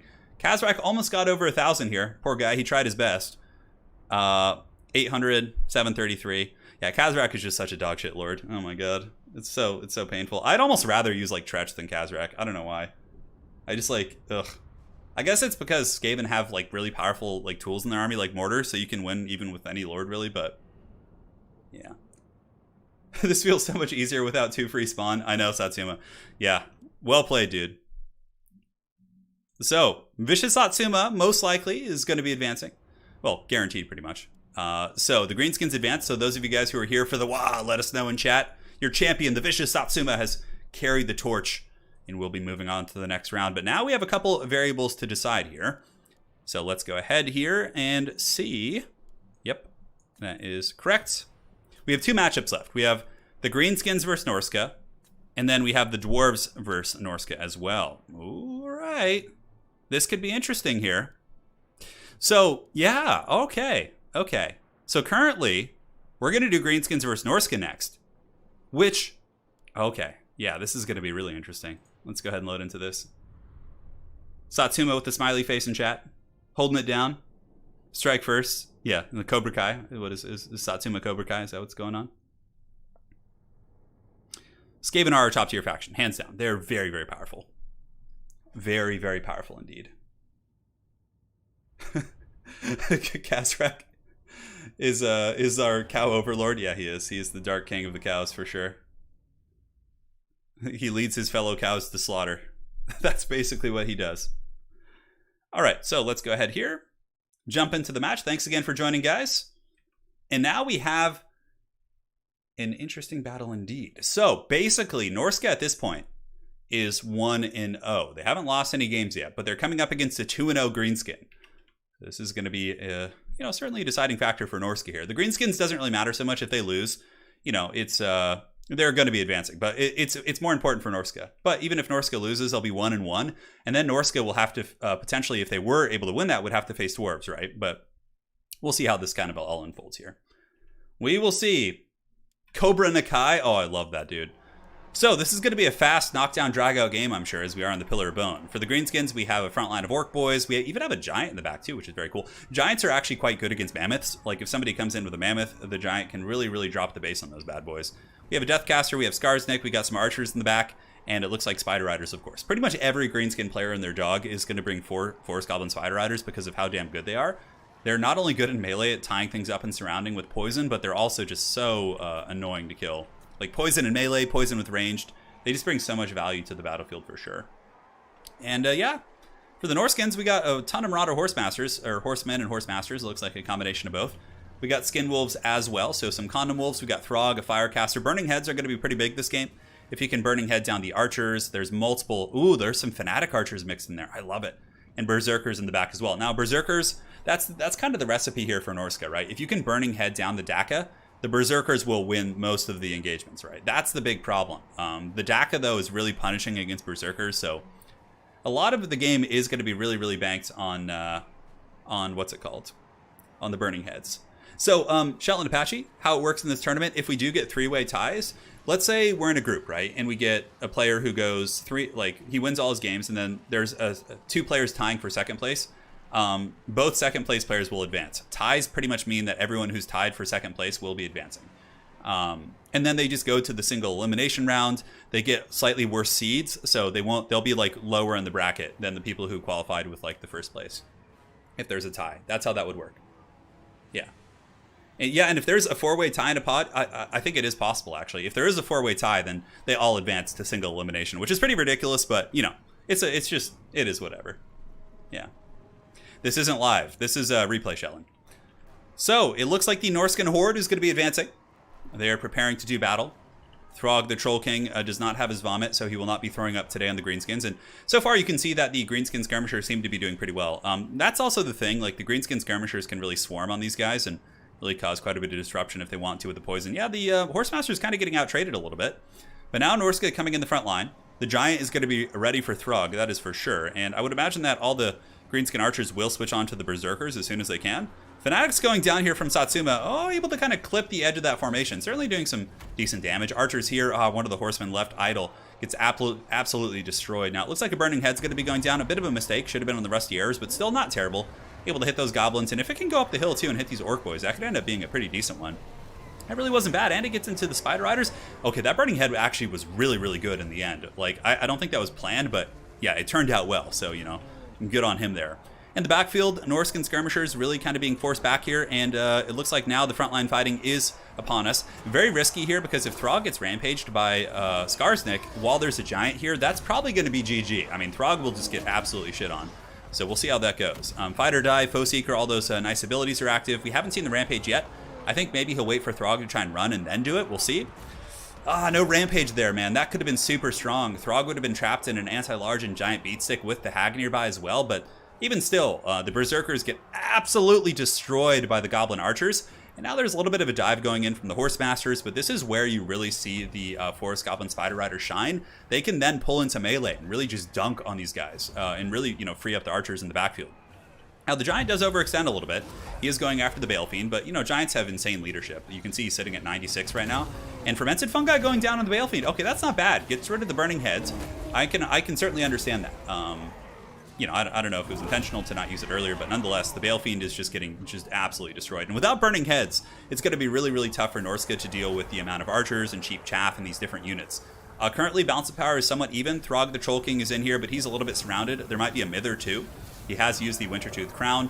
This could spell the end for Throg Daddy, as that giant gets a huge blow in him, and I would imagine 1 or 2 more prison shanks from me boy Skarsnik here, and we're probably going to be seeing the balance of power really start to shift for the Greenskins. Now, as far as like the actual battle lines go, the Condom Wolves are kind of like awkwardly sitting on the wings of the battlefield, can't quite get engaged, it seems, being skirmished very efficiently. The Greenskins have all their archers, and Satsuma today really showing the power of the cheap Greenskin archer, the Goblin Archer, the humble Goblin Archer, really proving it can pack some serious punch. So the Giant actually gets quite beaten up here. Wow, look at that. It looks like the Valkynos with some good counterplay here, able to get the Marauder Horsemasters in here, and the Giant does go down, so very, very well played. I didn't think that thing would die this game, but on that same note, Throg is already on the run. Oh, look at this, and another good pick here. Could Valkynos be on his way to a comeback? The Skin Wolves getting in there and killing the Giant River Troll Hag, and now suddenly we got a scrap. Like, if Throg can regenerate and come back, oh man, okay, this is a game. This is a game indeed. So Throg Daddy is back in the battlefield. Skarsnik does have the support of, I think, something here. There's got to be some Orc Boys piling in. But yeah, Skarsnik's a little bit close to those Berserkers, and Throg is healing. Look at that, guys. Bounce of Power is back. Balefiend is back as well, so it doesn't look like there was enough follow-up to really chase him off the battlefield. I just don't think it was possible, actually. Not with the Horsemen here and the Spider Riders being very busy on this side of the battlefield. But Skarsnik's probably got to fall back to his archer line. A Fireball going in. Beautiful Fireball there by Valkynos. And look at this, guys. The Bounce of Power is pulling back. What a great match. Well played to Valkynos, scrapping his way back. I really thought he was going to be down and out.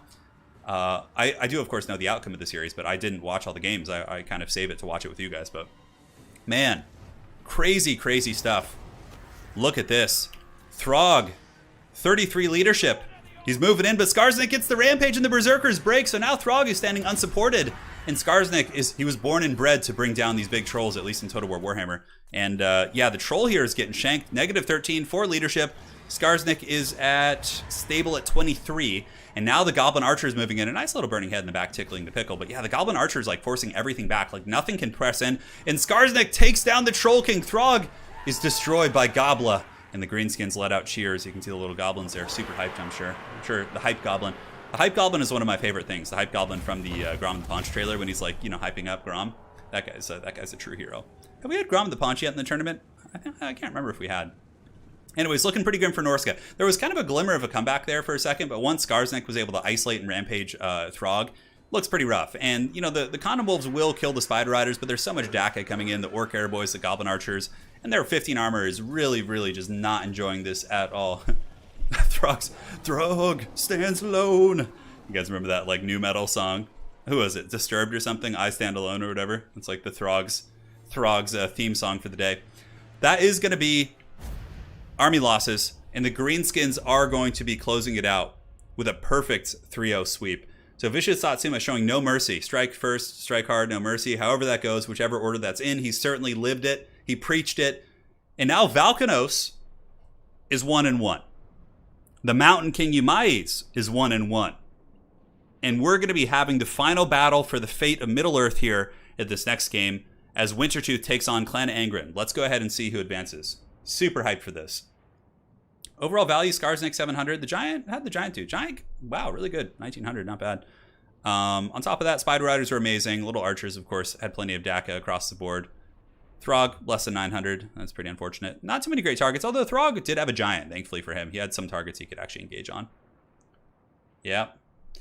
Turin, good chap. Have you read the Warhammer 40k? No, I haven't read that series. No, I will someday. I will someday.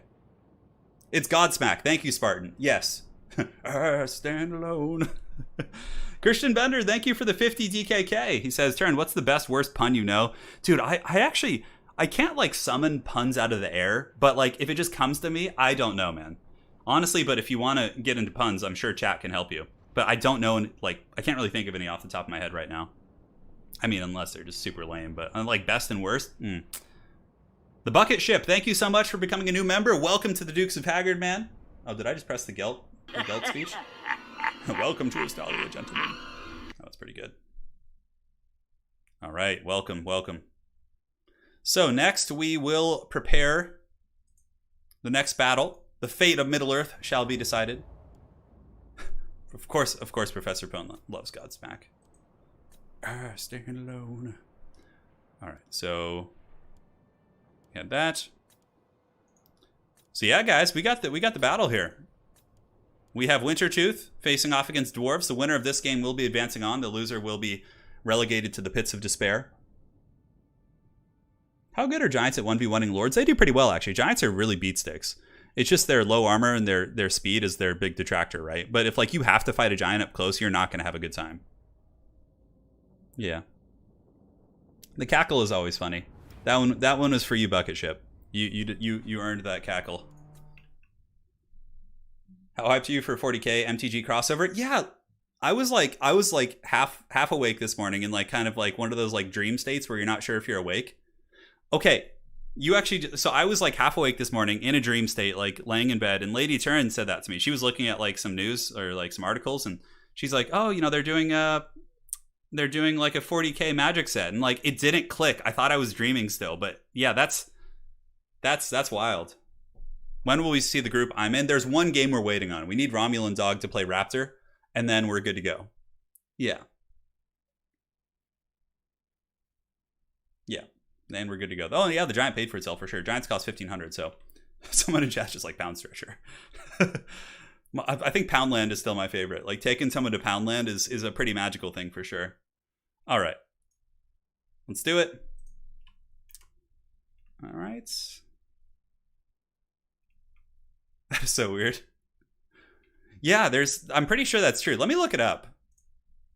Warhammer 40k MTG crossover. Yeah, there's an article here I see on Polygon.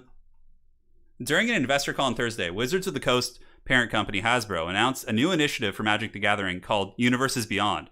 This is a new line of products which will include other licensed properties, including Warhammer, J.R.R. Tolkien's Middle-earth. Holy shit! We're getting Tolkien Magic cards? Oh no, that's so.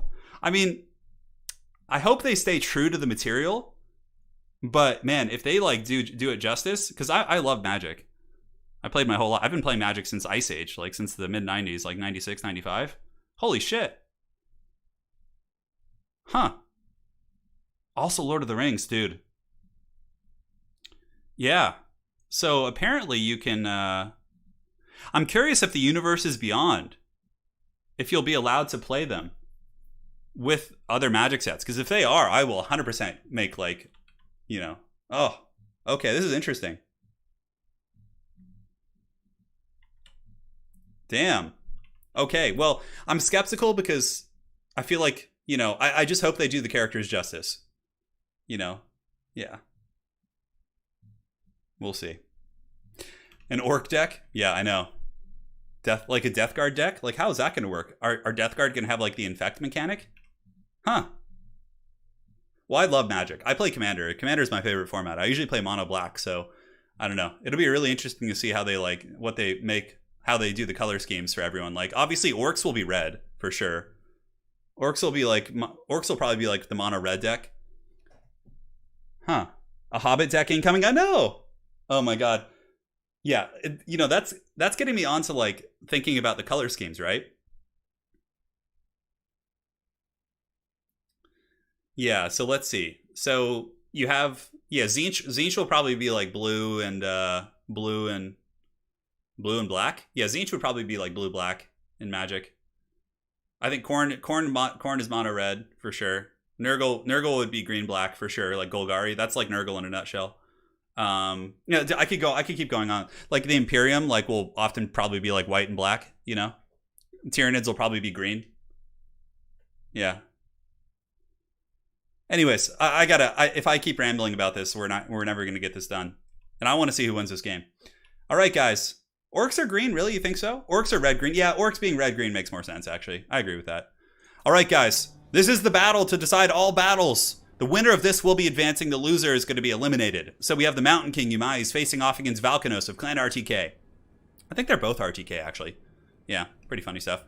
So for the Dwarves, we have a front battle line of Blasting Charges, Dwarf Warriors. We have a gun line, Triple Thunder, Double Quarreler, Althar's Raiders. Man, a ton of missiles in this Dwarven army. Really looking to nuke characters like Throg and just, make them pay the troll toll. Single gyro up in the sky being chased by a Manticore. Pretty cost effective here. But again, the Dwarves have means of helping. Oh, this is strong.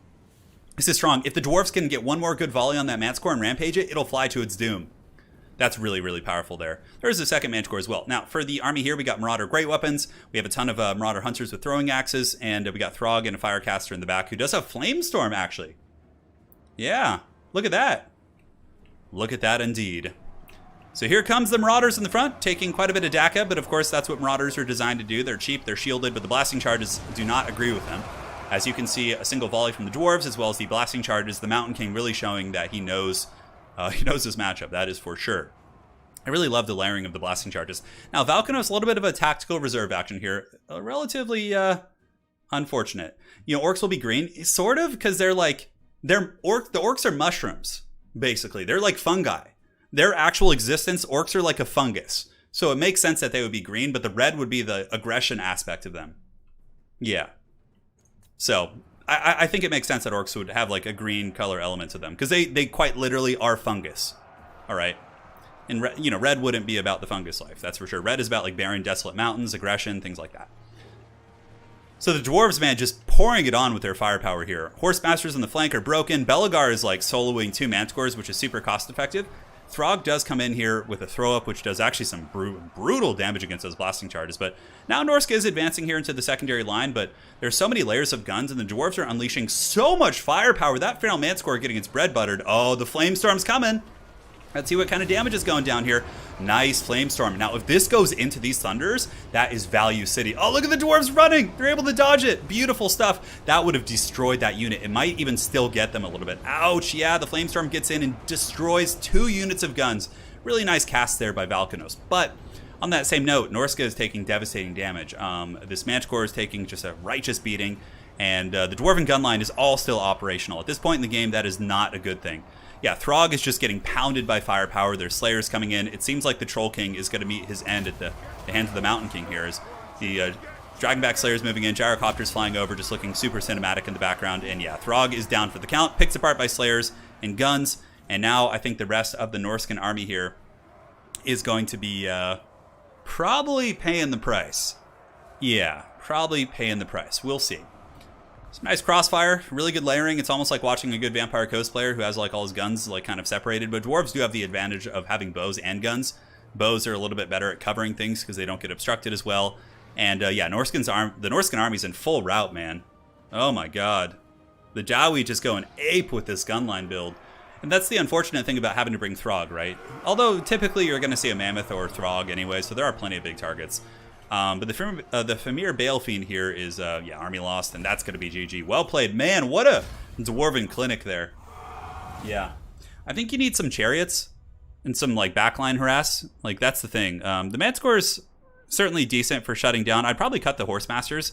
That'll give you 1,500 gold. Then you could get, like, 3 dogs or 2 chariots. There was nothing to pressure that backline. Like, he had to push through all the fire and brimstone with, like, a slow push style play. But like 1 or 2 chariots riding through that back line would have completely changed the dynamic of the game. Completely. So, there you have it. Darling, no. The Dowie March. Yeah, Tzeentch could be Izzet too, for sure. Yeah, that makes sense. Or Tzeentch could be 3 colors even. Tzeentch could be like, black, blue, red. Like that would... Like Grixis? Yeah, Tzeentch could definitely be Grixis. Yeah, Norske is eliminated. completely from the tournament. Wulfric has fallen. King of the Dead was eliminated with Wulfric, and yeah, almost nothing in this army got good value. Like, look at that. 4, 35, 200 across the board on these guys. Throwing axes, just none of them generated value. And the dwarf army was so healthy, and their guns were brutal. Oh my god, that was a fatality right there. All right, guys. So with that, we can go here. Here is the final summary of this particular group. Hey, Oxygen Thief, thanks for becoming a member. Appreciate that. Welcome to the Dukes of Haggard. May Palpatine bless your entry. Thank you so much. Means a lot, man. And here you have it. Skarsnik and the Vicious Satsuma will be advancing with a 3-0 sweep. Yumai's the Mountain King. Having to fight some hard battles for sure, but he was able to pull his weight for sure and do the dwarves proud. He will be advancing as well. Norske will be eliminated, and Kazrak is going to be making his sad mooing sounds in the pits of despair. Norske is really unfavored in this tournament because they only have 2 legendary lords, so it's like, you know, yeah, it's grim tidings. So as we normally do, let's go ahead and go here to the local recording, join back up. We'll do one. Let's do one 1v1 first, just to get the blood flowing. Yeah, Oxygen Thief, thanks again for becoming a member. So we'll do a 1v1. Then after that, we'll do, you know what? I think in honor of the Beastmen, we are going to do, we're going to do a Beastmen game. A salute to the Beastmen who have fallen. The grudge was satisfied. It was, you know, there was a grudge in the beginning when the Greenskins got him, but he came back like a champ and was able to do it. So let's give a final salute to the Beastmen. One last, let's pour one out for our boy Kazrak. Hopefully I can get a match here. Come on. All right, campers. That's pretty funny. Okay. Beastman. I'll be Beastman. Man, I haven't played Beastman in forever. Let's see if this is someone I know. Probably is. I have no idea. Okay, I have no idea. I think he's going Bretonia. Holy and Evil! Thank you so much. Welcome to the Dukes of Haggard. We're going to pour one out for the beasts. Oh, he's going Tomb Kings. Tomb Kings are actually a bit of a counter to Beastmen, but I don't mind. It'll be fun to play. All right. Let's get the Wookiee blocker up. There you go. That's the way he likes it.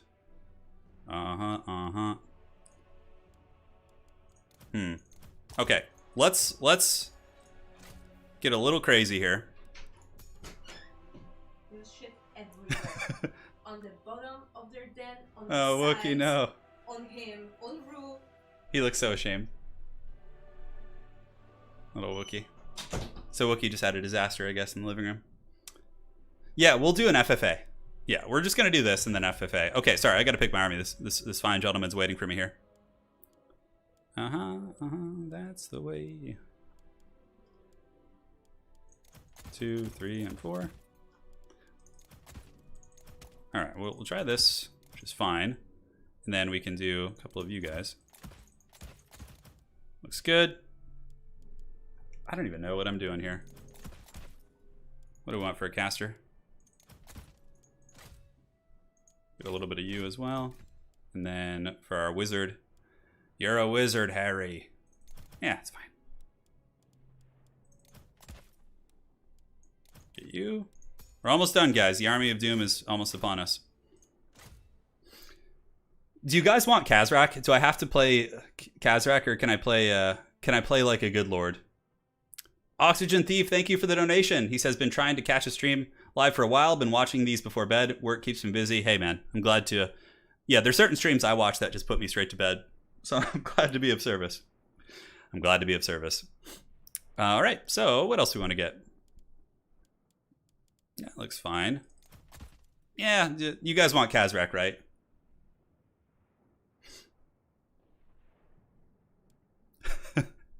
Someone in chat's like a legend. Wookiee. Oh god, he's such a vile creature. You guys want Kazrak, don't you? Kazrak or no balls? Okay, fine. We'll do Kazrak. I can't I can't say no to the Kazrak. Oh god, he's so bad. I can't even afford his one item here. What is that? Why is that so expensive? God. It's so pricey. Alright, whatever. This is fine. We're going in hot, baby. We're probably going to lose this. Ready. But, you know, we're going to go out like champs.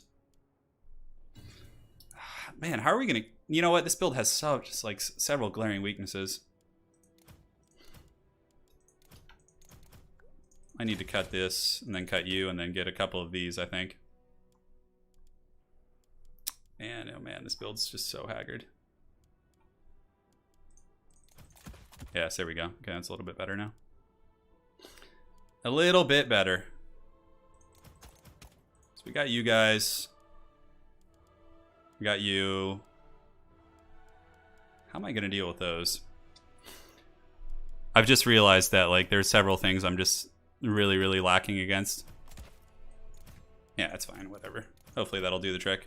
Kazrak, like, kind of punishes me a little bit here. Whatever. Whatever. We're fine. This is fine. Wookiee is 100% Golgari. Yeah, that's an accurate description. You know, I like playing Magic Arena, but, like, I don't enjoy it, like, as much as playing Magic in person. Like, I've really been missing that lately.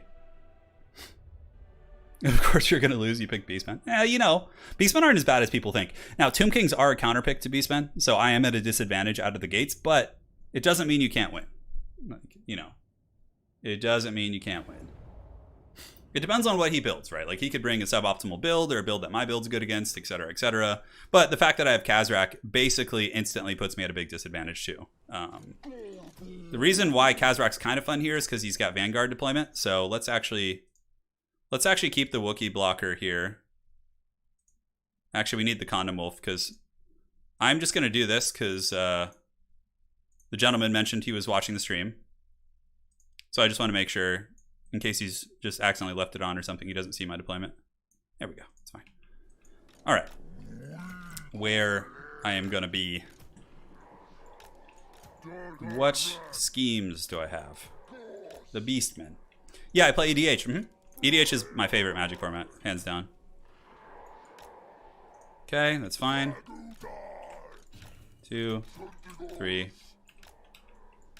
And then we get 4 here. A lot of the stuff doesn't have Vanguard, unfortunately. Let's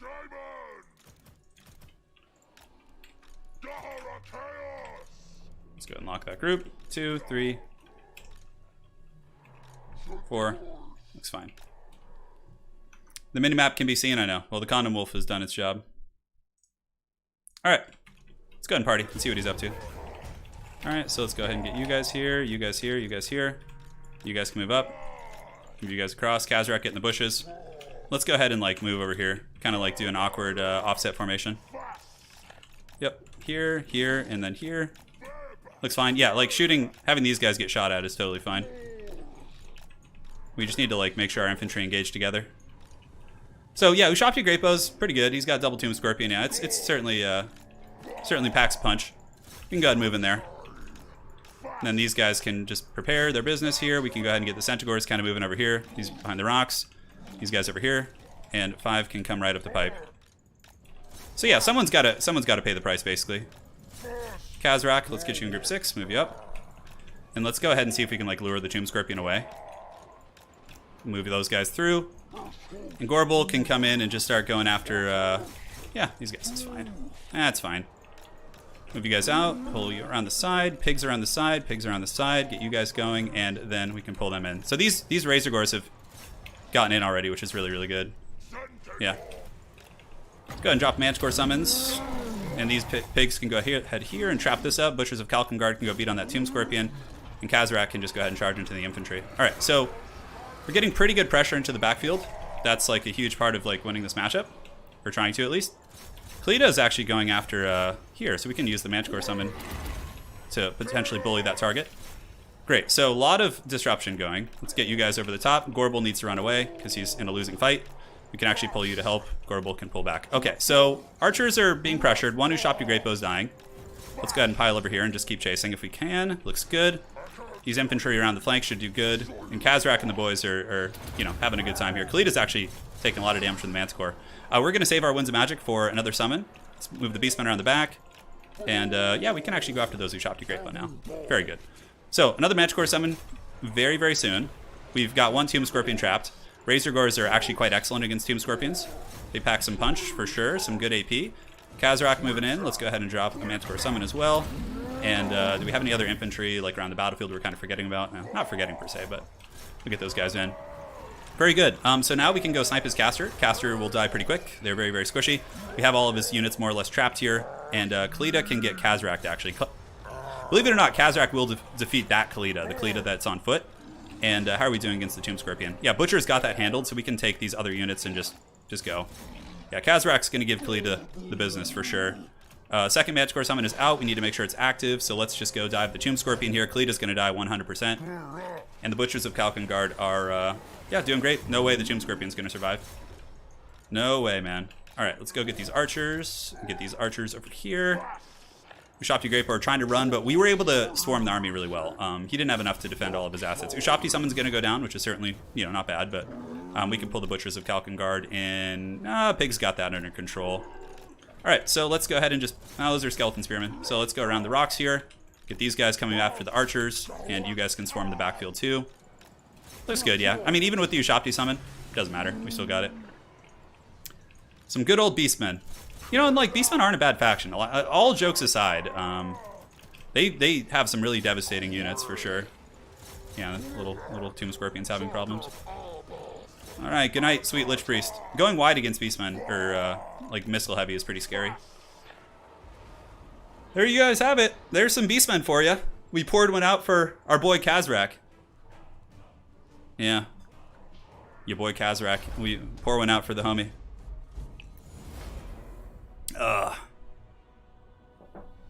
There you go. There's Khazrak for you. Getting in there with them hooves. Let's see. How much value? Look at that. Khazrak at 800 value. All right. Yeah, the Razor Gores were money, though. Like, getting the Razor Gores on Ushapti is like an instant win. As soon as that happened, I knew I won the game. But if I wasn't able to, like, what this build needs, you cut 2 Skeleton Archers. You cut... I mean, Khalida's whatever. She can do okay. I mean, she's certainly better than Khazrak. You can cut 2 Skeleton Archers. You cut 1 Ushapti Greatbow. You can keep the rest, and then just get a bunch of Nehekar Horsemen. They can shut down the Razor Gores. They can contest against Centaurs. You need that type of stuff if you're going to play that. Yeah. Swaggle's not at the moment. No, I'm going to do some FFAs. That's always my favorite way to close out the streams. So now it's time for some FFAs. Well played to my opponent. The build he didn't have enough to defend all those missiles he brought. Turin FFA, password is 1234, and we'll see you in there. Yeah, of course. The FFA is the signature here for ending these streams. Oh my god, there's some musician next door just destroying his guitar. Hey, Rusty!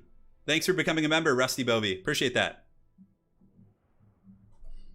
Yeah, the only good part about Khazrak is that he has Vanguard. That's like the only thing. Alright. So let's go ahead here and get the Wookiee blocker up.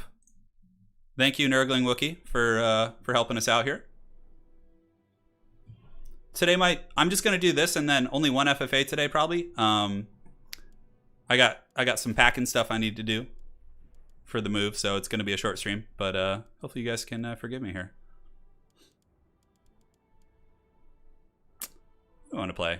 Let's play Vampire Counts. Yeah, let's do that. You see, Pwn wants everybody to goon me, but if I play Counts, I'm more than happy to be swarmed. Yeah, that's partially why I'm playing them right now. All right, that's fine. Looks good to me. Looks good to me. All right, there's no flying threats here whatsoever, which is great. So I don't have to worry about flying. I can just pretty much fly around happily and do as I please.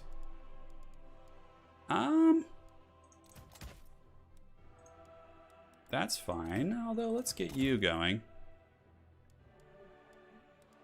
What lord do we want? Is there any vampire lords you guys want to see besides Helmengorst?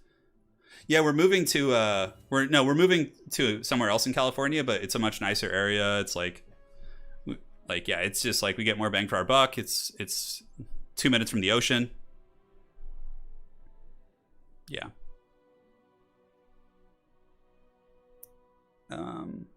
Why would you be happy with being swarmed by vampire counts? Okay, firstly, your units cannot route, so you're not going to just get mass chain routed. Secondly, you often have mortis engines, and mortis engines, the more shit there is around you, the more value you get. So, like, vampire counts are... Nobody rushes vampire counts. It's always, like, turtling against them or running from them. So, vampire counts are a good faction to play if you want to really destroy rush factions. They do very, very well. We're gonna go a good build right now. I'm, like... Vlad is okay, but not with what I'm bringing. Let's do this.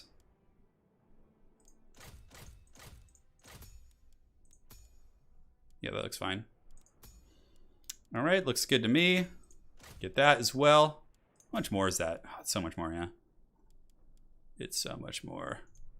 Man, this army is so expensive already. So what do we have? Beastmen, Greenskins, Dwarves. So basically, we just don't want to fight the Dwarves based on this army I brought. Granted, vampire counts can usually... have a favored matchup there, but in this case, we just don't need any of that. Okay. Oh man, this army is so expensive. Sure, that's fine. Yep. Looks okay. Looks okay there. This is the ye old blood build, the blood dragon build. Should be fun. Ooh, there could be like cannons, and yeah, there's so much nastiness here. Goodness gracious. Well, this is going to be micro intensive, but I think we can handle it. All right, I am ready. Let's do it. Throw some chevrons on those bad boys. We're on the desert canyon. The Red Duke. Oh yeah, I could use Red Duke. Yeah, I think the one I have is fine.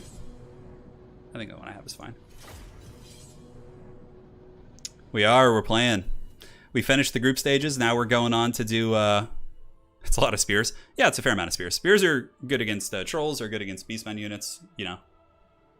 They hold. No, not playing chaos. I almost always play chaos, so I'm mixing it up. We got some vampire action going right now. Well, the bad mana ready up doesn't matter in FFA lobbies because the game doesn't start till everyone's ready. So, yeah. Cybernetic hand. No, don't worry. I had hand surgery. It's getting better slowly. I spoke to my doctor yesterday, actually. Like, considering how long my nerves were damaged for, he said it could be up to like 2 years before I'm like, you know, feeling real good. So, you know, it's been almost a year, so we're getting there. All right, so what do we have in front of us? We have Beastmen? Okay, that's fine. We can go mess with some Beastmen. You know, I wanted to ask you guys this, because I was kind of thinking about this last night. What is your favorite game soundtrack of all time? Not like the whole soundtrack, but a specific song from a game. Like, for me, it's the Diablo 2 Tristram theme. I was just thinking about that. I was like, man, that soundtrack, like, we've been places together. Yeah. The condom blocker, don't worry. Okay, I'll get rid of it. There you go. So I went with like a Blood Dragon build, so we have triple Blood Knight. And we also got some dogs as well. Oh, look at that. Someone readied up. I love it. Someone's excited. So, Vanguards, we could get a Greenskin Vanguard for sure. Dwarf Vanguard is possible, but the problem is they have to leave their lords behind because none of the Dwarf lords have Vanguard. So, yeah, Dwarves are far away. Beastmen are 100% who we want to fight. 100%. Yeah. Morrowind's main theme. Oh, yeah. Let's see. Hey, Max, Ben, Jim, for sure, man. If you can keep your family in mind, I certainly will. Sorry for your loss, man, and hopefully we can help you get through it all. Brigador soundtrack. You guys know the Tristram theme, though, right? In Diablo 2, when you, like, go to, or Diablo, however the hell you say it.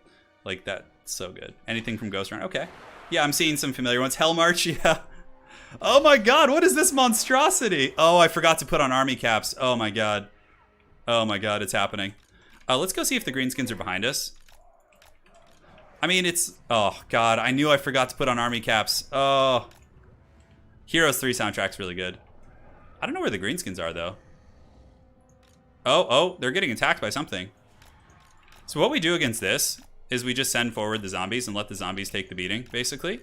And then we keep our cav, like, slowly behind. Oh, my God. This is all Centaur throwing axes. I don't even know what hurt them. I think the Greenskins are behind them, actually. No, Greenskins are behind us. Okay, that's fine. So yeah, I mean, if they want to use like throwing axes, oh my god, there's a rogue idol over here. Okay.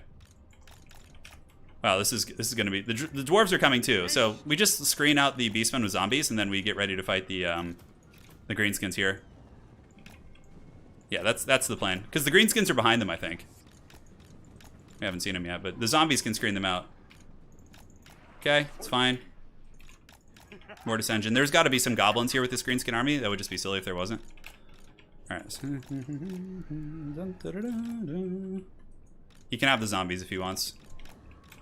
We could even leave like one blood knight. Anyways, we'll go pick a fight here. The dwarves are coming too. I mean, it's going to take them a while to get there. I have no idea where the main greenskin army is. So let's go see what's cracking here. Let's move over. There's going to be some rogue idol bombardments. I don't know where he's throwing. Oh, okay, let's go forward. He's going after those. If they want to play like a blob fight in the bushes here, we can certainly do that. Let's move the zombies back a little bit. Okay, yeah, there's stuff here. Okay, that's fine. So the Mortis engine coming up should give us an edge. So let's go ahead and get these guys moved up. Zombie can chill. Looks like there's some bombardments going. I could even fly my Blood Dragon Lord to go kill the rogue idol, which is probably actually a good idea. And then we can prepare to hammer in. All right, so it looks like some Centaurs are trying to get some freebies here. It's fine, we'll just kind of chill out. All right, so let's go ahead and fly this way, see what we can do. Screen, and get you guys screening. Blood Knights 3, 4, and 5. Zombies move. And okay, it looks like they've lost interest. They're pulling back now, which is good. So I'm gonna just go farm points off that freaking big boy back there. And if he doesn't want to engage me, that's fine. Because that's free real estate. Rogue Idol will get destroyed by a Blood Dragon Lord. So we can just pull back. Yeah, the Beastmen are kind of chilling a little bit. We can send one Blood Knight to just go like pressure him here. The Rogue Idol's now realized the error of its ways. He's got some archers coming over. We could actually drop some zombies on top of those guys. Alright, so these are night goblins. So let's go ahead and drop some zombies here. And then we can prepare to engage. Alright, Blood Knights pull back. Let's go ahead and just pull all you guys back like so. So we blocked, we did a zombie summon to go shut down these archers. Now we're going to fly behind them like so. And just get a big breath attack on them, which will get us a ton of points. We want to force them to come out. Beastmen, okay, Blood Knights we don't want to chase throwing axes. That's stupid. Alright, partial hit. Not bad. Alright, let's get in there. Let's land. Hopefully we dodge the missile. Nope, still gets us. It's fine. Go ahead and use heart piercing as well. And hopefully he can win that fight there. Alright, so spears. Let's go ahead and do this. Mortis engine, prepare. We can send some Blood Knights, actually. Yeah, we're getting some good work in. And the zombie summon will buy us some time, too.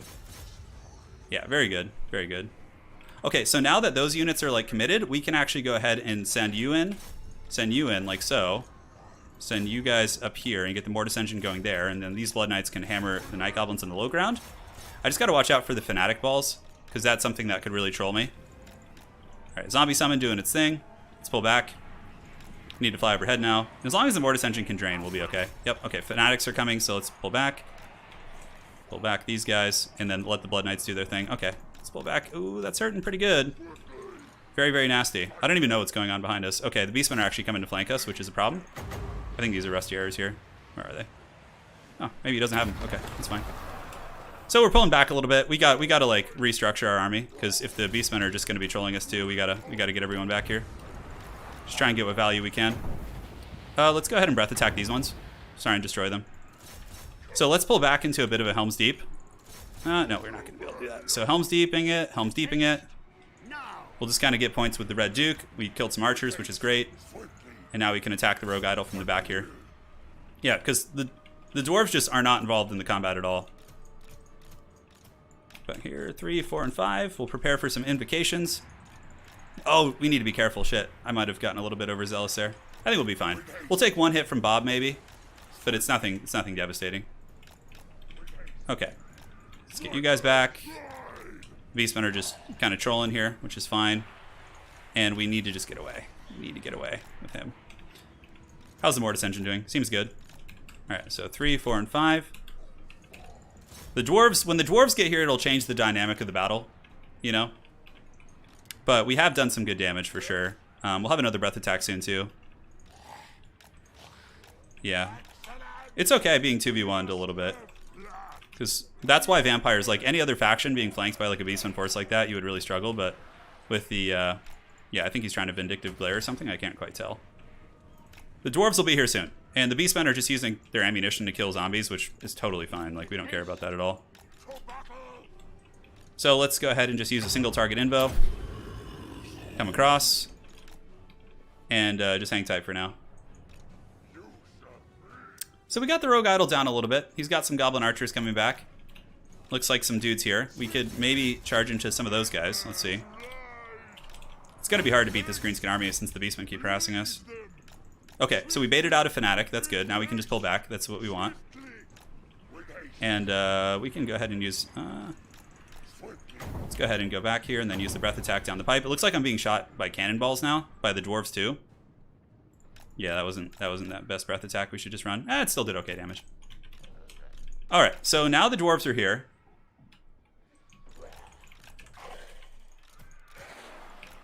Alright, let's go here, here, and here.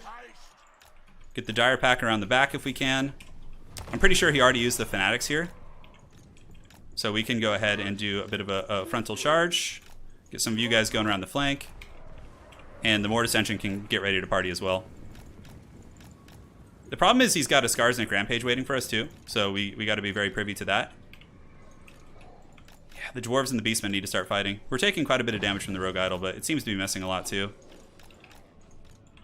Then these little doggos can just chill out. Alright, let's move in.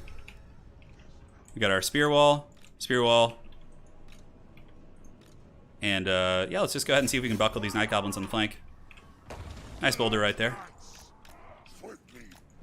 Okay, no problem. So let's go ahead and get you guys kind of squeaking up through here. Get you guys moving, and then you dogs can just literally hang on the wall here. Oh my god, the Dwarven cannons are shooting me too. I just can't catch a break. Well, anyways, let's move up. We might as well start fighting before we get picked apart by all these guys. Alright, so let's go back here. We can go ahead and drop a zombie summon onto the archers here, which is good. Then we can go there, and great. So the Dire Pack was able to squeak by, so we'll run them past. The Mortis Engine in there. Oh no, a little bit of lag it looks like. Hopefully it subsides. Good, so we got a summon on top of both archers. Let's pull over the top. Blood Knights can now scream into these guys, and we're just going to run with these particular units. Mortis Engine we need to pull back. Blood Knights we can pull back as well, and yeah, I wasn't at the threshold for the fermented fungi, so thankfully it wasn't enough. Okay, now I am. It's fine though. It's just Skarsnik there, so it's not like there's like a ton of follow-up. I might be able to actually do okay. We'll get some spears moving in too. Alright, Mortis Engine, we'll get the Blood Knights to go after the Spider. Mortis Engine can pull around the side, and hopefully we can actually defeat Skarsnik in combat. Let's go ahead and do an invo right here. Yeah, see the Beastmen are here now too. Alright, so let's go ahead and fight, see what we can do.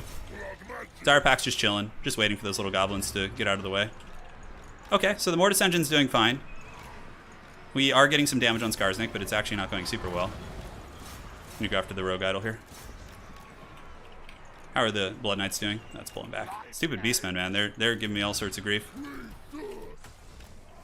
Mortis can pull back here. The Blood Dragon Lord needs to go after the Rogue Idol. And the Mortis Engine, honestly, there's not too many good engagements for it, really. We can move over here, see what we can accomplish. Yeah, the Beastmen are throwing axing down my cav. Do I have any healthy Blood Knights? I do. I have some over here. Perfect. So yeah, we just kind of... What we do now is we form a blockade. So we just drop zombie summons over here and we try and pick off the Rogue Idol for points. Okay, looks good. Let's move you going. Get you going here. Blood Knights and Blood Knights. Need to kind of move around here. We can do a little bit. Yeah, the Dwarven cannon shooting me too really sucks.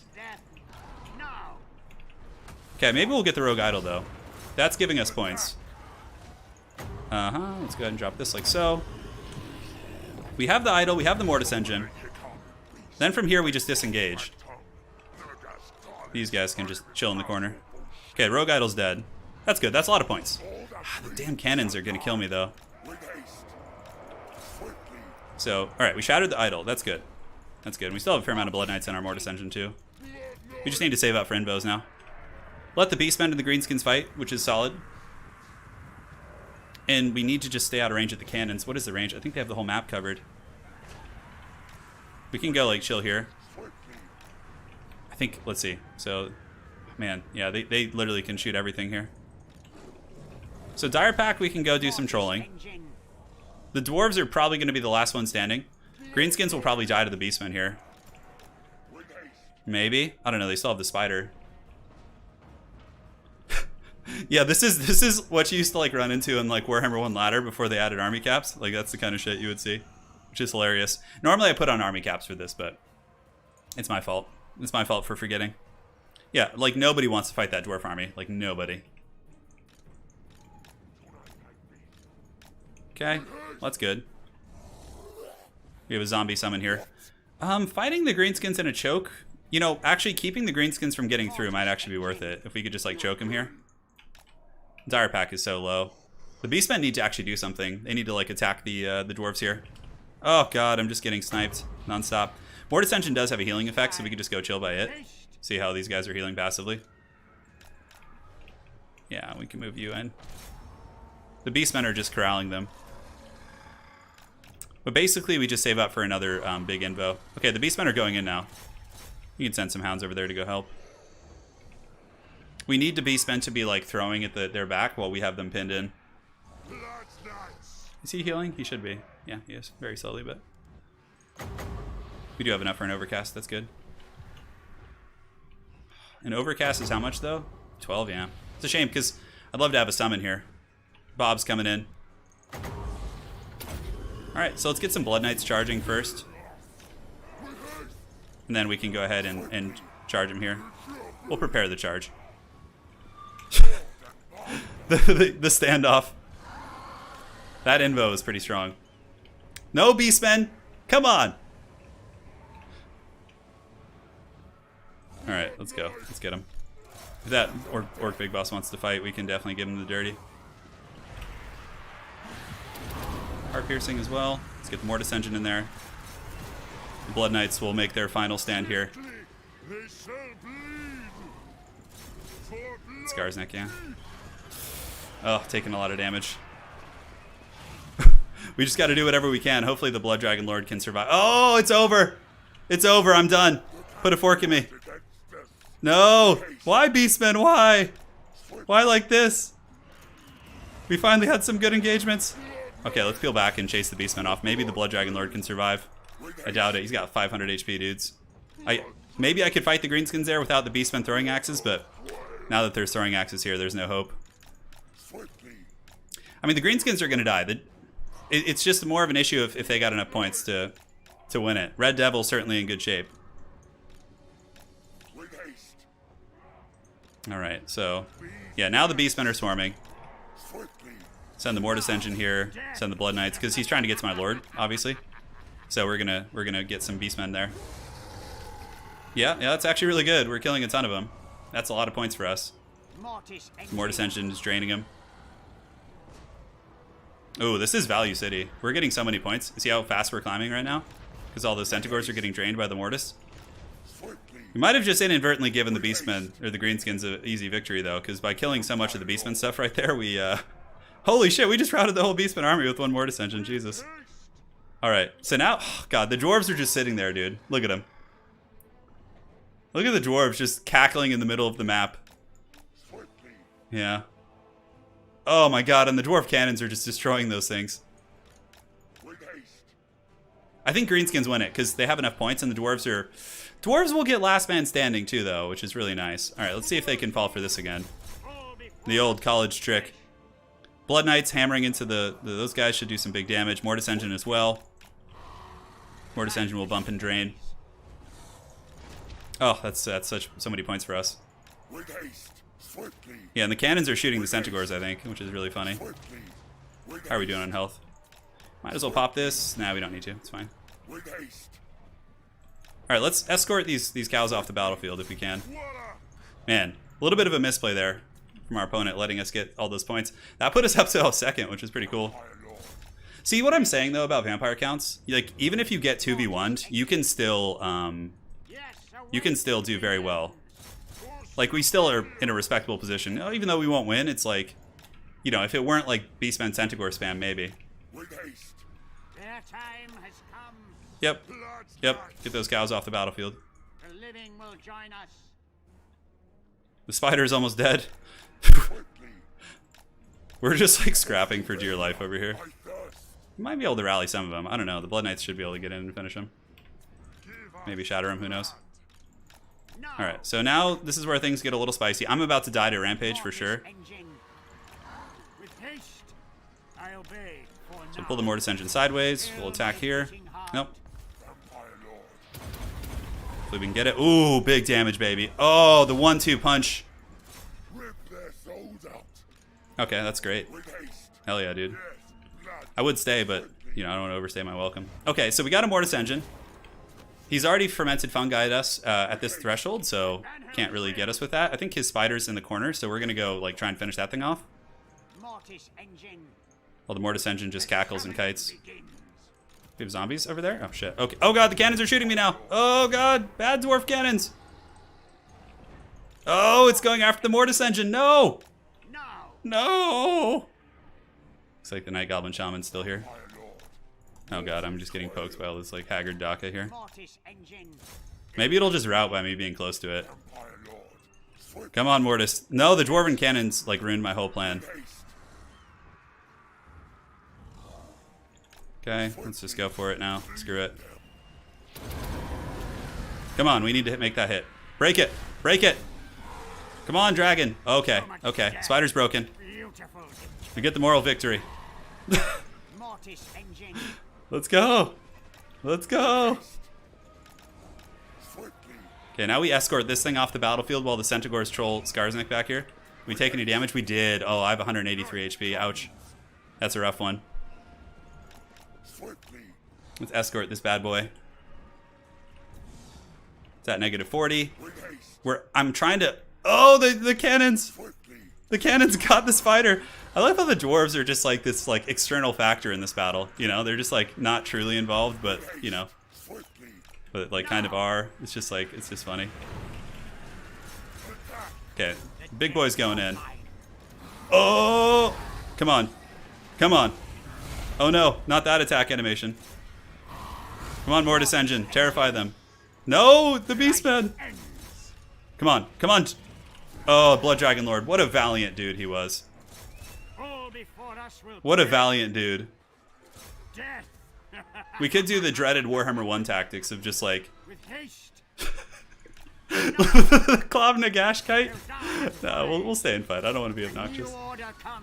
Because what you can do with Klav Nagash is you can just like kite infinitely, because it slows everything that chases it. It's so annoying. Alright, we'll see if we can get Skarsnik down. Now the throwing axes are nailing both of us. Looks like mostly him. Alright, so I'm out. It's fine, at least we shut down the Centaur kite. Oh my god, what a game. Hey, take care, Tyler. Thanks for joining, man. Look at the dwarves. 0 army damage, like 0. Nobody wanted any of them. And, you know, he's actually going to win this, believe it or not. I love the Beastmen were just such trolls this game, dude. Oh my god. The dwarves were involved, but it was like they were like an external factor. It's like the other 3 players were like fighting, and they were just like sitting there and like, you know, shooting cannons at whoever they felt like shooting. CPay, you do have to be in combat, but it doesn't mean you still can kite them with it. Yeah. So I'm pretty sure the dwarves win it. Yeah. Falcon's army, like he probably just sat there like eating a donut, shooting, like switching his cannon targets every like 20 seconds, like, you know, and he still won it. You know, it's so good. I kind of want to do one more FFA. That was so much fun. We'll do one more. We'll do one more. Can't wait to see the value. I know. Big value players though, probably, yeah, the cannons probably got like 2,000, 3,000 a piece because they like literally were destroying things. Do you think Game 3 will have more than 2-player map campaign to make? It's certainly something I'm sure is possible. But, like, I feel like co-op campaign isn't very popular now anyways. Co-op and, like, head-to-head. Like, there's a ton of bugs and, like, haggard problems with it that they just don't fix, ever. Even after patch, so... I don't think they have anyone, like, playtesting it, you know? Yeah. 15 leadership, man. Skarsnik's going hard. You know, the Beastmen might be giving the game to Skarsnik here. Like, because they're feeding him the points to try and maybe make the dwarves lose, it looks like. Yeah, we'll use healing caps next time, yeah. Skarsnik's still going. As soon as he's free from this, though, he's just going to get, like, cannonballed in the face. So 2,000, yeah, it should be enough. Should be enough. Can you explain where the term Tokyo Drift comes from?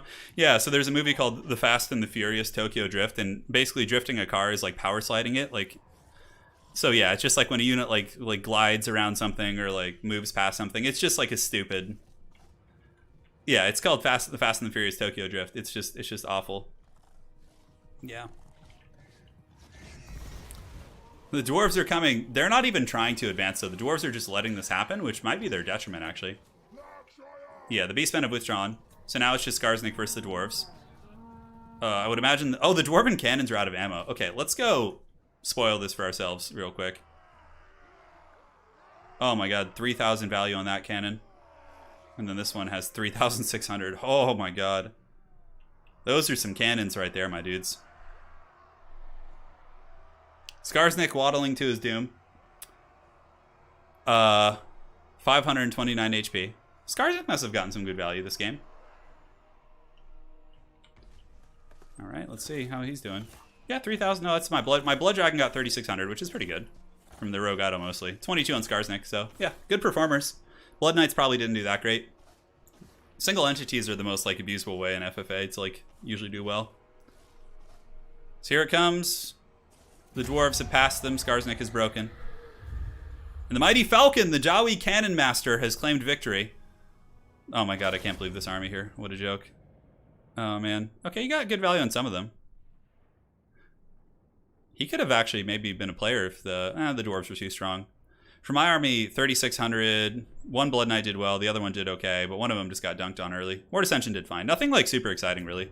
Yeah, Little Goblin did great. Rogue Idol did fine. Spider did good. Pretty standard stuff. We saw the good shit. Falcon's cannons really were the MVPs there. So, GG, well played. GG, well played. Tell Gobla I love him. All right, Unicaps are on this time. We're going to do Troll Country. We'll do a small one. Make room for new folks. 99% remaining. I know, it's hilarious. It was a Centaur Doomstack. It was. That would be a really interesting FFA to make big armies and then like, yeah. So we got Pwn Dog in here. I know Pwn likes to just swarm me with everyone else, so we'll have to pick accordingly. Yeah, it looks good. All right, Falcon, thanks for playing. Just got to make room for some new folks. All right, so last one here, guys. We will go. He's going Greenskins. We got 0. Oh man, we got the Chaos Man himself in here, and Pwn on vampires. Ooh, well, the good thing about vampires is they can't. Clan Eshin, Vampire Coast. Oh, looks like the mighty are going to be hailed. The mighty shall be hailed indeed.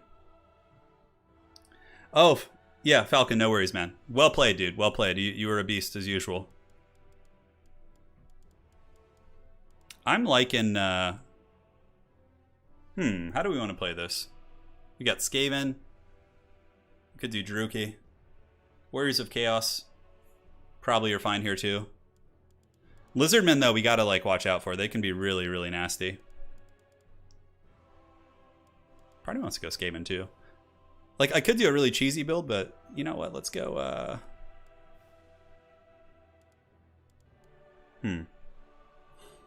Tricky. Let's go Dark Elves. Let's do some Druki. That'll be fun. Alright, looks good. So we got the Dark Elves going on. We're using the quick battle limits, so they're pretty forgiving. Skaven are certainly going to be a problem. Trick is to not be stationary, though. If we're stationary, we die. This is pretty much how it goes in FFA. Alright, that looks fine. That looks fine. That's quite a bit of stopping power. Has Pwn ever won an FFA? I'm sure he has. I mean, it's not too hard to win an FFA if you just try, like, bring a tryhard build. But, yeah, it depends. It depends. So they have that. They have that. They have that. That's looking good so far. What about you guys? Oh, very good. Very good indeed. It's going to be a fun one, though. You guys are going to appreciate this. Let's cut this. Cut this. Cut this.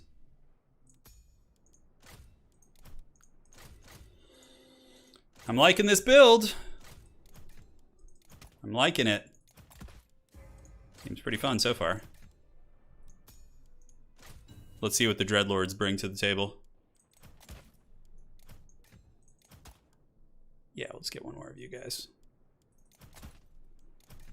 Let's chevron up these bad boys. Everyone's ready. And let's do it. All right. Hydra Doomstack. Hydras are good. Shades are okay. Has Pound ever won a Total War battle? So how excited are you guys for the chess tournament we're going to be holding?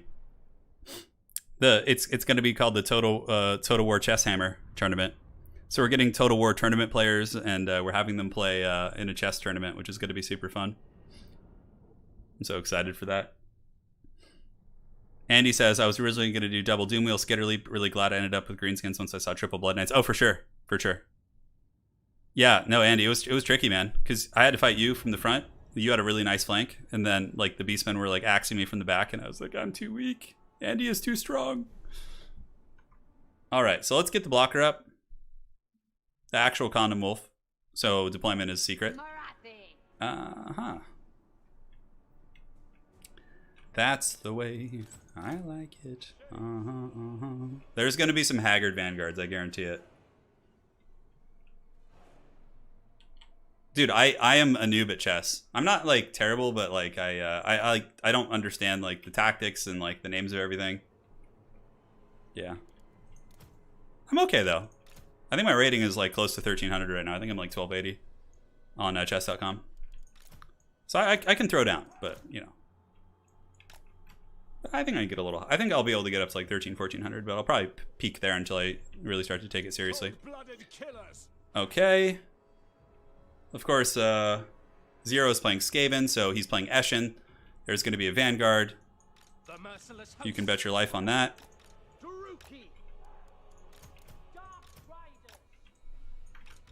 Okay, looks fine.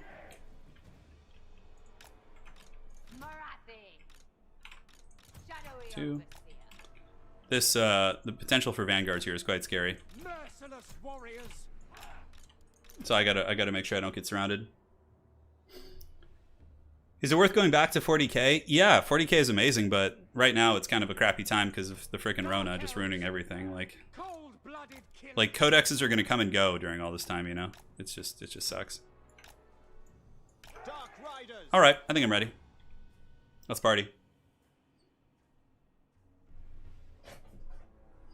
We're just the reason the screen blocker's up now, guys, is because we're hiding deployment until the battle starts. You guys can hear the sound effects probably of the unit, so get excited. After this, we're done. This is the last one. I'm moving. We have a big move on Saturday, so I gotta help Anna pack some stuff. When is the chess tournament? My wife and I just started playing. Joshua Hansen, it will, we're not sure. I'm gonna move this weekend. I'm gonna schedule with the players mid next week, sometime in the next 3 weeks.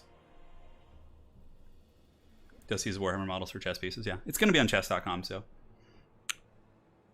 it'll be really fun. I'd pay money. Yeah, you know, Lady Turn and I were talking about that. It'd be really cool if like G-Dubs just put out like a chess game. Or like a board you could actually buy with like models. Alright, looks fine. Marathi Doomstack, just like 10 Marathi models on the battlefield. Alright guys, here it is. Let's party. Let's have some fun. It is a Druchii Vanguard. Oh, okay, there's no one on top of me. That's good. That means we can like chill out and like take a breather. So we're gonna just move up. We have double cannoned assassins. We have Marathi. Yeah, okay. So Coast is over there. Just ignore them as usual. That's the problem with Coast and FFA. So we're just gonna poke at the back of this Lizardman army. It looks like Skaven have like, oh my god, he like faked Clan Eshin. That's so funny. We can go like kind of chill over here. We could send like one just to go like say hello to Pone. We'll send one. Yeah, he's got a Dread Saurian, Sara Scarvet, a lot of cool stuff. We're almost in range to start shooting at some things, so. I was a little nervous. I was like, ooh, there's going to be some dudes kind of vanguarding on top of me here with the potential. Alright, so we're just going to move up, get in range to rip a couple volleys, and then just start shooting at the Sara Spears. Oh, hello, Christmas. Hello, sweet Christmas. Alright, so he's got a ton of little skinks. We got to be careful. Got to pull back. So let's go ahead and see what's cracking here. We have these, so let's go hide them in the trees in the back. And yeah, we got skinks into the sunset, so that's what Dark Riders are for. The shielded Dark Riders will do well. It's going to be a little bit of a battle. You know what? I'm starting to think maybe we just work towards Pwn since he's battling the Skaven. Because with all the chameleon skinks here, it's just kind of a nuisance. We took a little damage. It's not too bad. So let's go see what trolling we can do. Oh my god. Oh, the Queen Bess crew is ours. And if the lizards just want to chill here, that's fine. The dreaded chameleons, I know. Oh man, Pwn's gonna hate me so much. This is what you get, Pwn, for teaming up on me all the time. Your Queen Bess just pays the price. Marathi needs to fly over here and see if you can get some Soul Stealers too. Peter Crossbows. Canid Assassins. Oh god, give me that Queen Bess shutdown. Give it to me. Come on, Marathi. Oh, that would have been such a good Soul Stealer target too. So we got some stuff on his cannon crew here, which is really funny. Now we can pull back. And how are the repeater crossbows doing? They're almost in position. We can just pull them. We can pull them under here and start like farming Count Noctiluls for points. Yeah, let's go after the hard knock life. So let's go ahead and attack. Are these handguns? They are. Okay, we can go on the handguns and deck gunners. All right, Marathi, let's go. Deadly Onslaught. Marathi is an anti-large character, which is nice. And cool. So now we're getting some points. Not crazy points, but this is sweet vengeance here.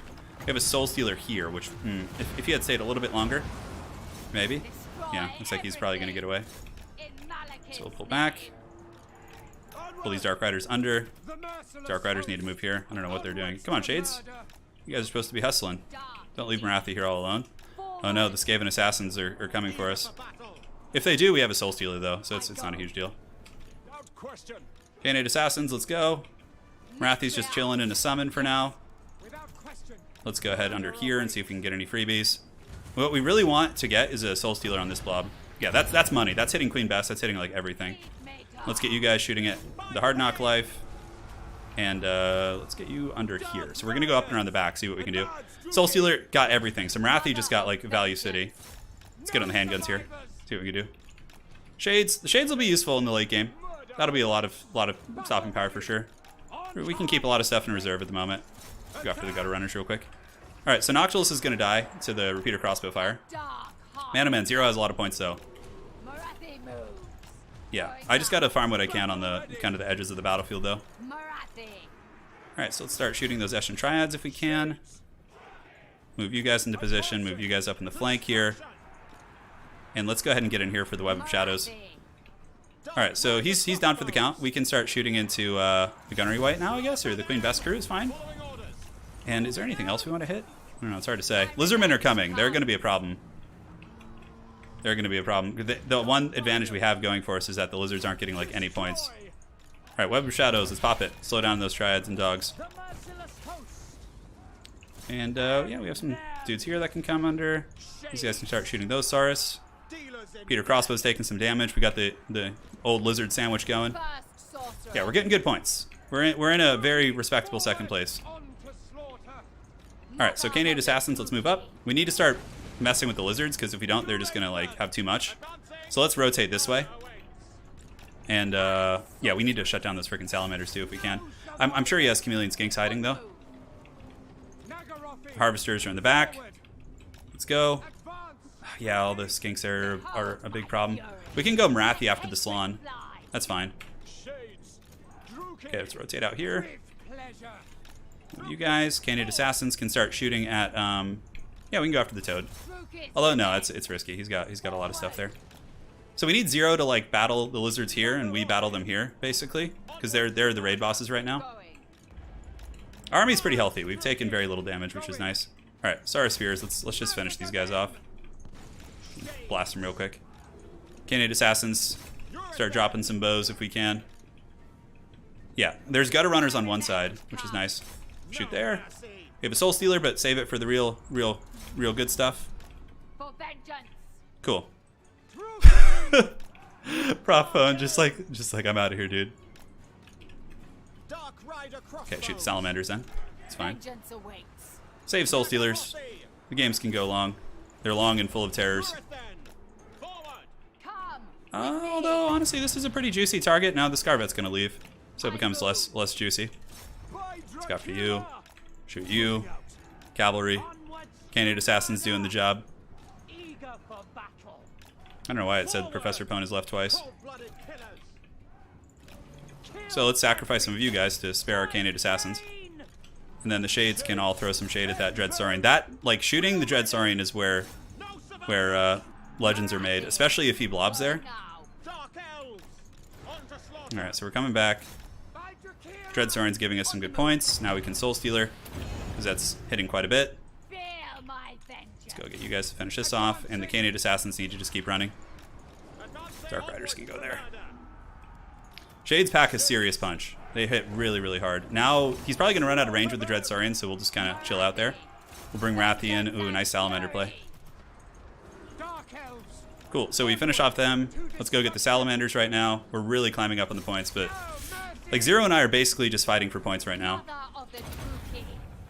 I have a feeling I'll be the last one standing, so I just need to be within striking distance. It doesn't have to be like, you know, something beautiful. Alright, cool. Great, so we broke that. Let's finish off the Dread Saurian, get some points from that. Start shooting the Toad here. Very good, yeah, we broke that up quite nicely. Candidate Assassins are amazing in FFA, like really, really strong. I think that's like gutter runners and whatnot, so we can just pull you back. We can let the Harvesters chase off that big boy. We got the Dread Saurian points. Now we need to farm the Toad. That should finish it off. Dark Elf AP fire. Oh, feels so good. I think he's breaking my Harvesters, though. We need to pull him back. Okay, the Toad is giving us some good points. Man, Zero's getting so many points, so I don't know where he's getting them from. Oh, it's the mortars in the back. Okay, that's what it is. Okay, well, that answers our question. And let's just go get him. So we got the Toad. I don't think we're getting enough. I think Skaven will still win it, even though we're going to be last man standing. Because he just doesn't have much left, you know? It's just like, it's mainly just like Haggard Gutter Runners and things like that. Are we going to break before we get in there? Come on, stabilize. There we go. Okay, get in there so you get the winning and combat bonus. And now we just push through onto the mortars. I bet you those mortars have like literally like 5,000 value or something stupid like that.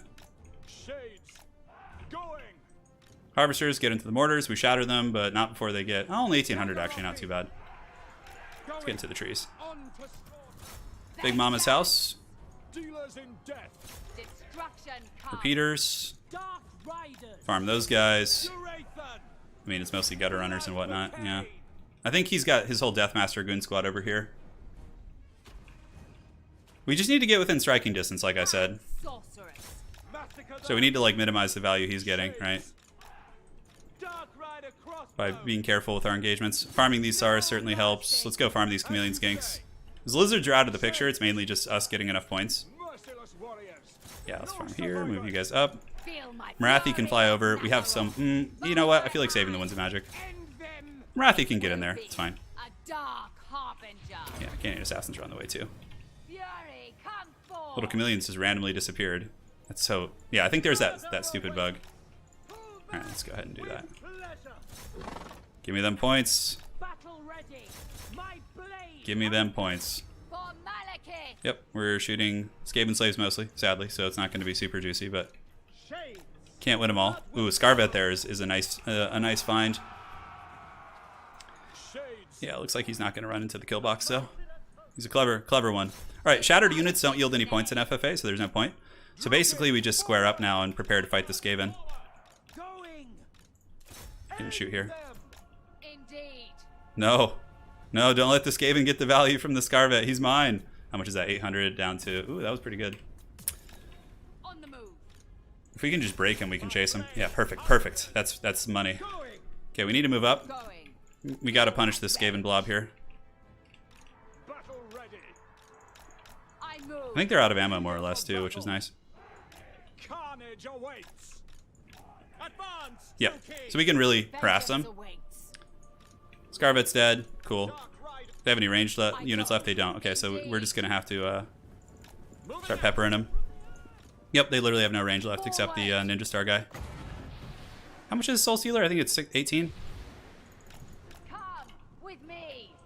We'll last Samurai them pretty good, I think. Druki, forward. I don't know where my Canid Assassins are. Forward. Slaughter them. Cool, so we're getting some good work in. Overseer. We'll send the Dark Riders onto his Lord. Dark Riders. Shades can kind of pull back because we don't want to give him any points. Advancing.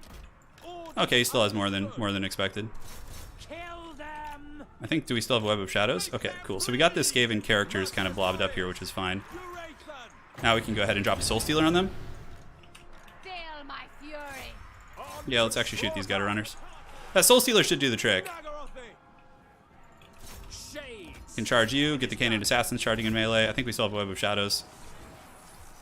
Okay, we're getting some good points. It's going to be close. I think he's got it, though. No mercy. Dark elves. Still have so much. Yeah, the characters are kind of busted up here. Going now. Go finish off that assassin. Pull these shades back. To destruction. Let's go ahead and shoot here before you can get some damage in. Let's go rear charge him. Advance, Druki. Cool. Alright, so Rider crossbow. you can chase them. You guys come in. Start shooting at range. Boy. Deathmaster should die to Marathi. Shades. Yeah, we don't want to let him hit us. We need to like really just minimize his value By your word. if we want to have a chance of this. On the move. At once.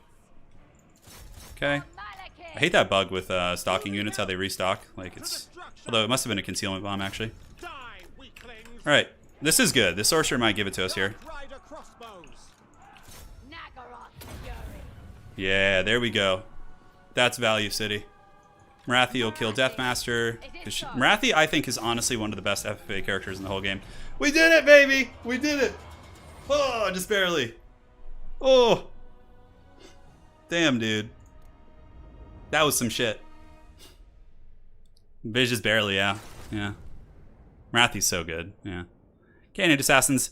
That build was fun. A little bit like if somebody went full rush against me, I would have been in big trouble, but the cool part is that even if you get rushed, you have 2 Web of Shadows, you have Soul Stealers, and you have like Dark Runner sacrifices, or Dark Rider. Sorry, the dogs are going apeshit in the living room. Alright, value. Yeah, Shades did so good. 2,000, 1,600, 1,800, 2,700 on these Shades, dude. Oh, we got a lot of value from the Lizard stuff. Little Dark Riders did fine too. So did the Harvesters. So for Zero's army, 3,000 on Deathmaster. Yeah, the Dreadsaurian gave us a ton of points too. 3,000, 1,600, 1,100. Wow, his little Guando rats did pretty good. And Gutter Runners, of course, all paid for themselves more or less. Nice little army from him there. For the Lizards, yeah, they kind of got surrounded a little bit. Tough. The Dreadsaurian only got up to 1,200, but the Skinks did fine. And for Pone just got like straight up swarmed. He got a taste of his own medicine. Pone's always the one leading the charges against me, so it was time for some vengeance. Pretty good considering.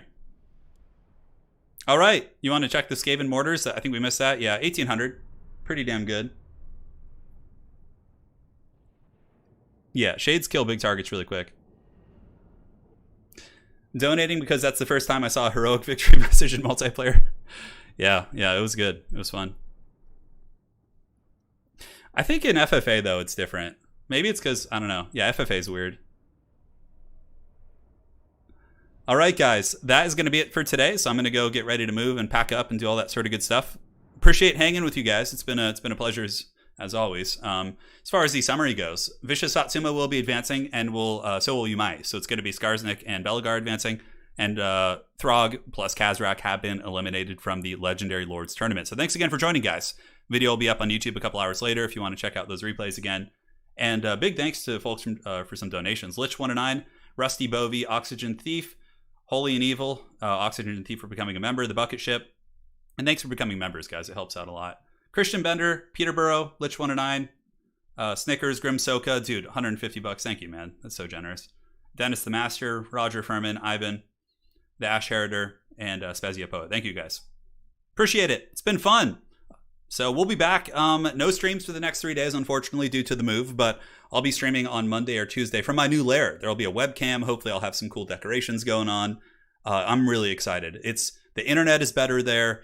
The air quality is better. Like, we're a couple blocks from the ocean. Like, I'm so excited. So, and it's possible because of all of you guys. So thank you so much. The fact that you guys stick around and watch this nonsense is, my old nonsense is what, allows me to, live and survive. Thank you all. Appreciate it.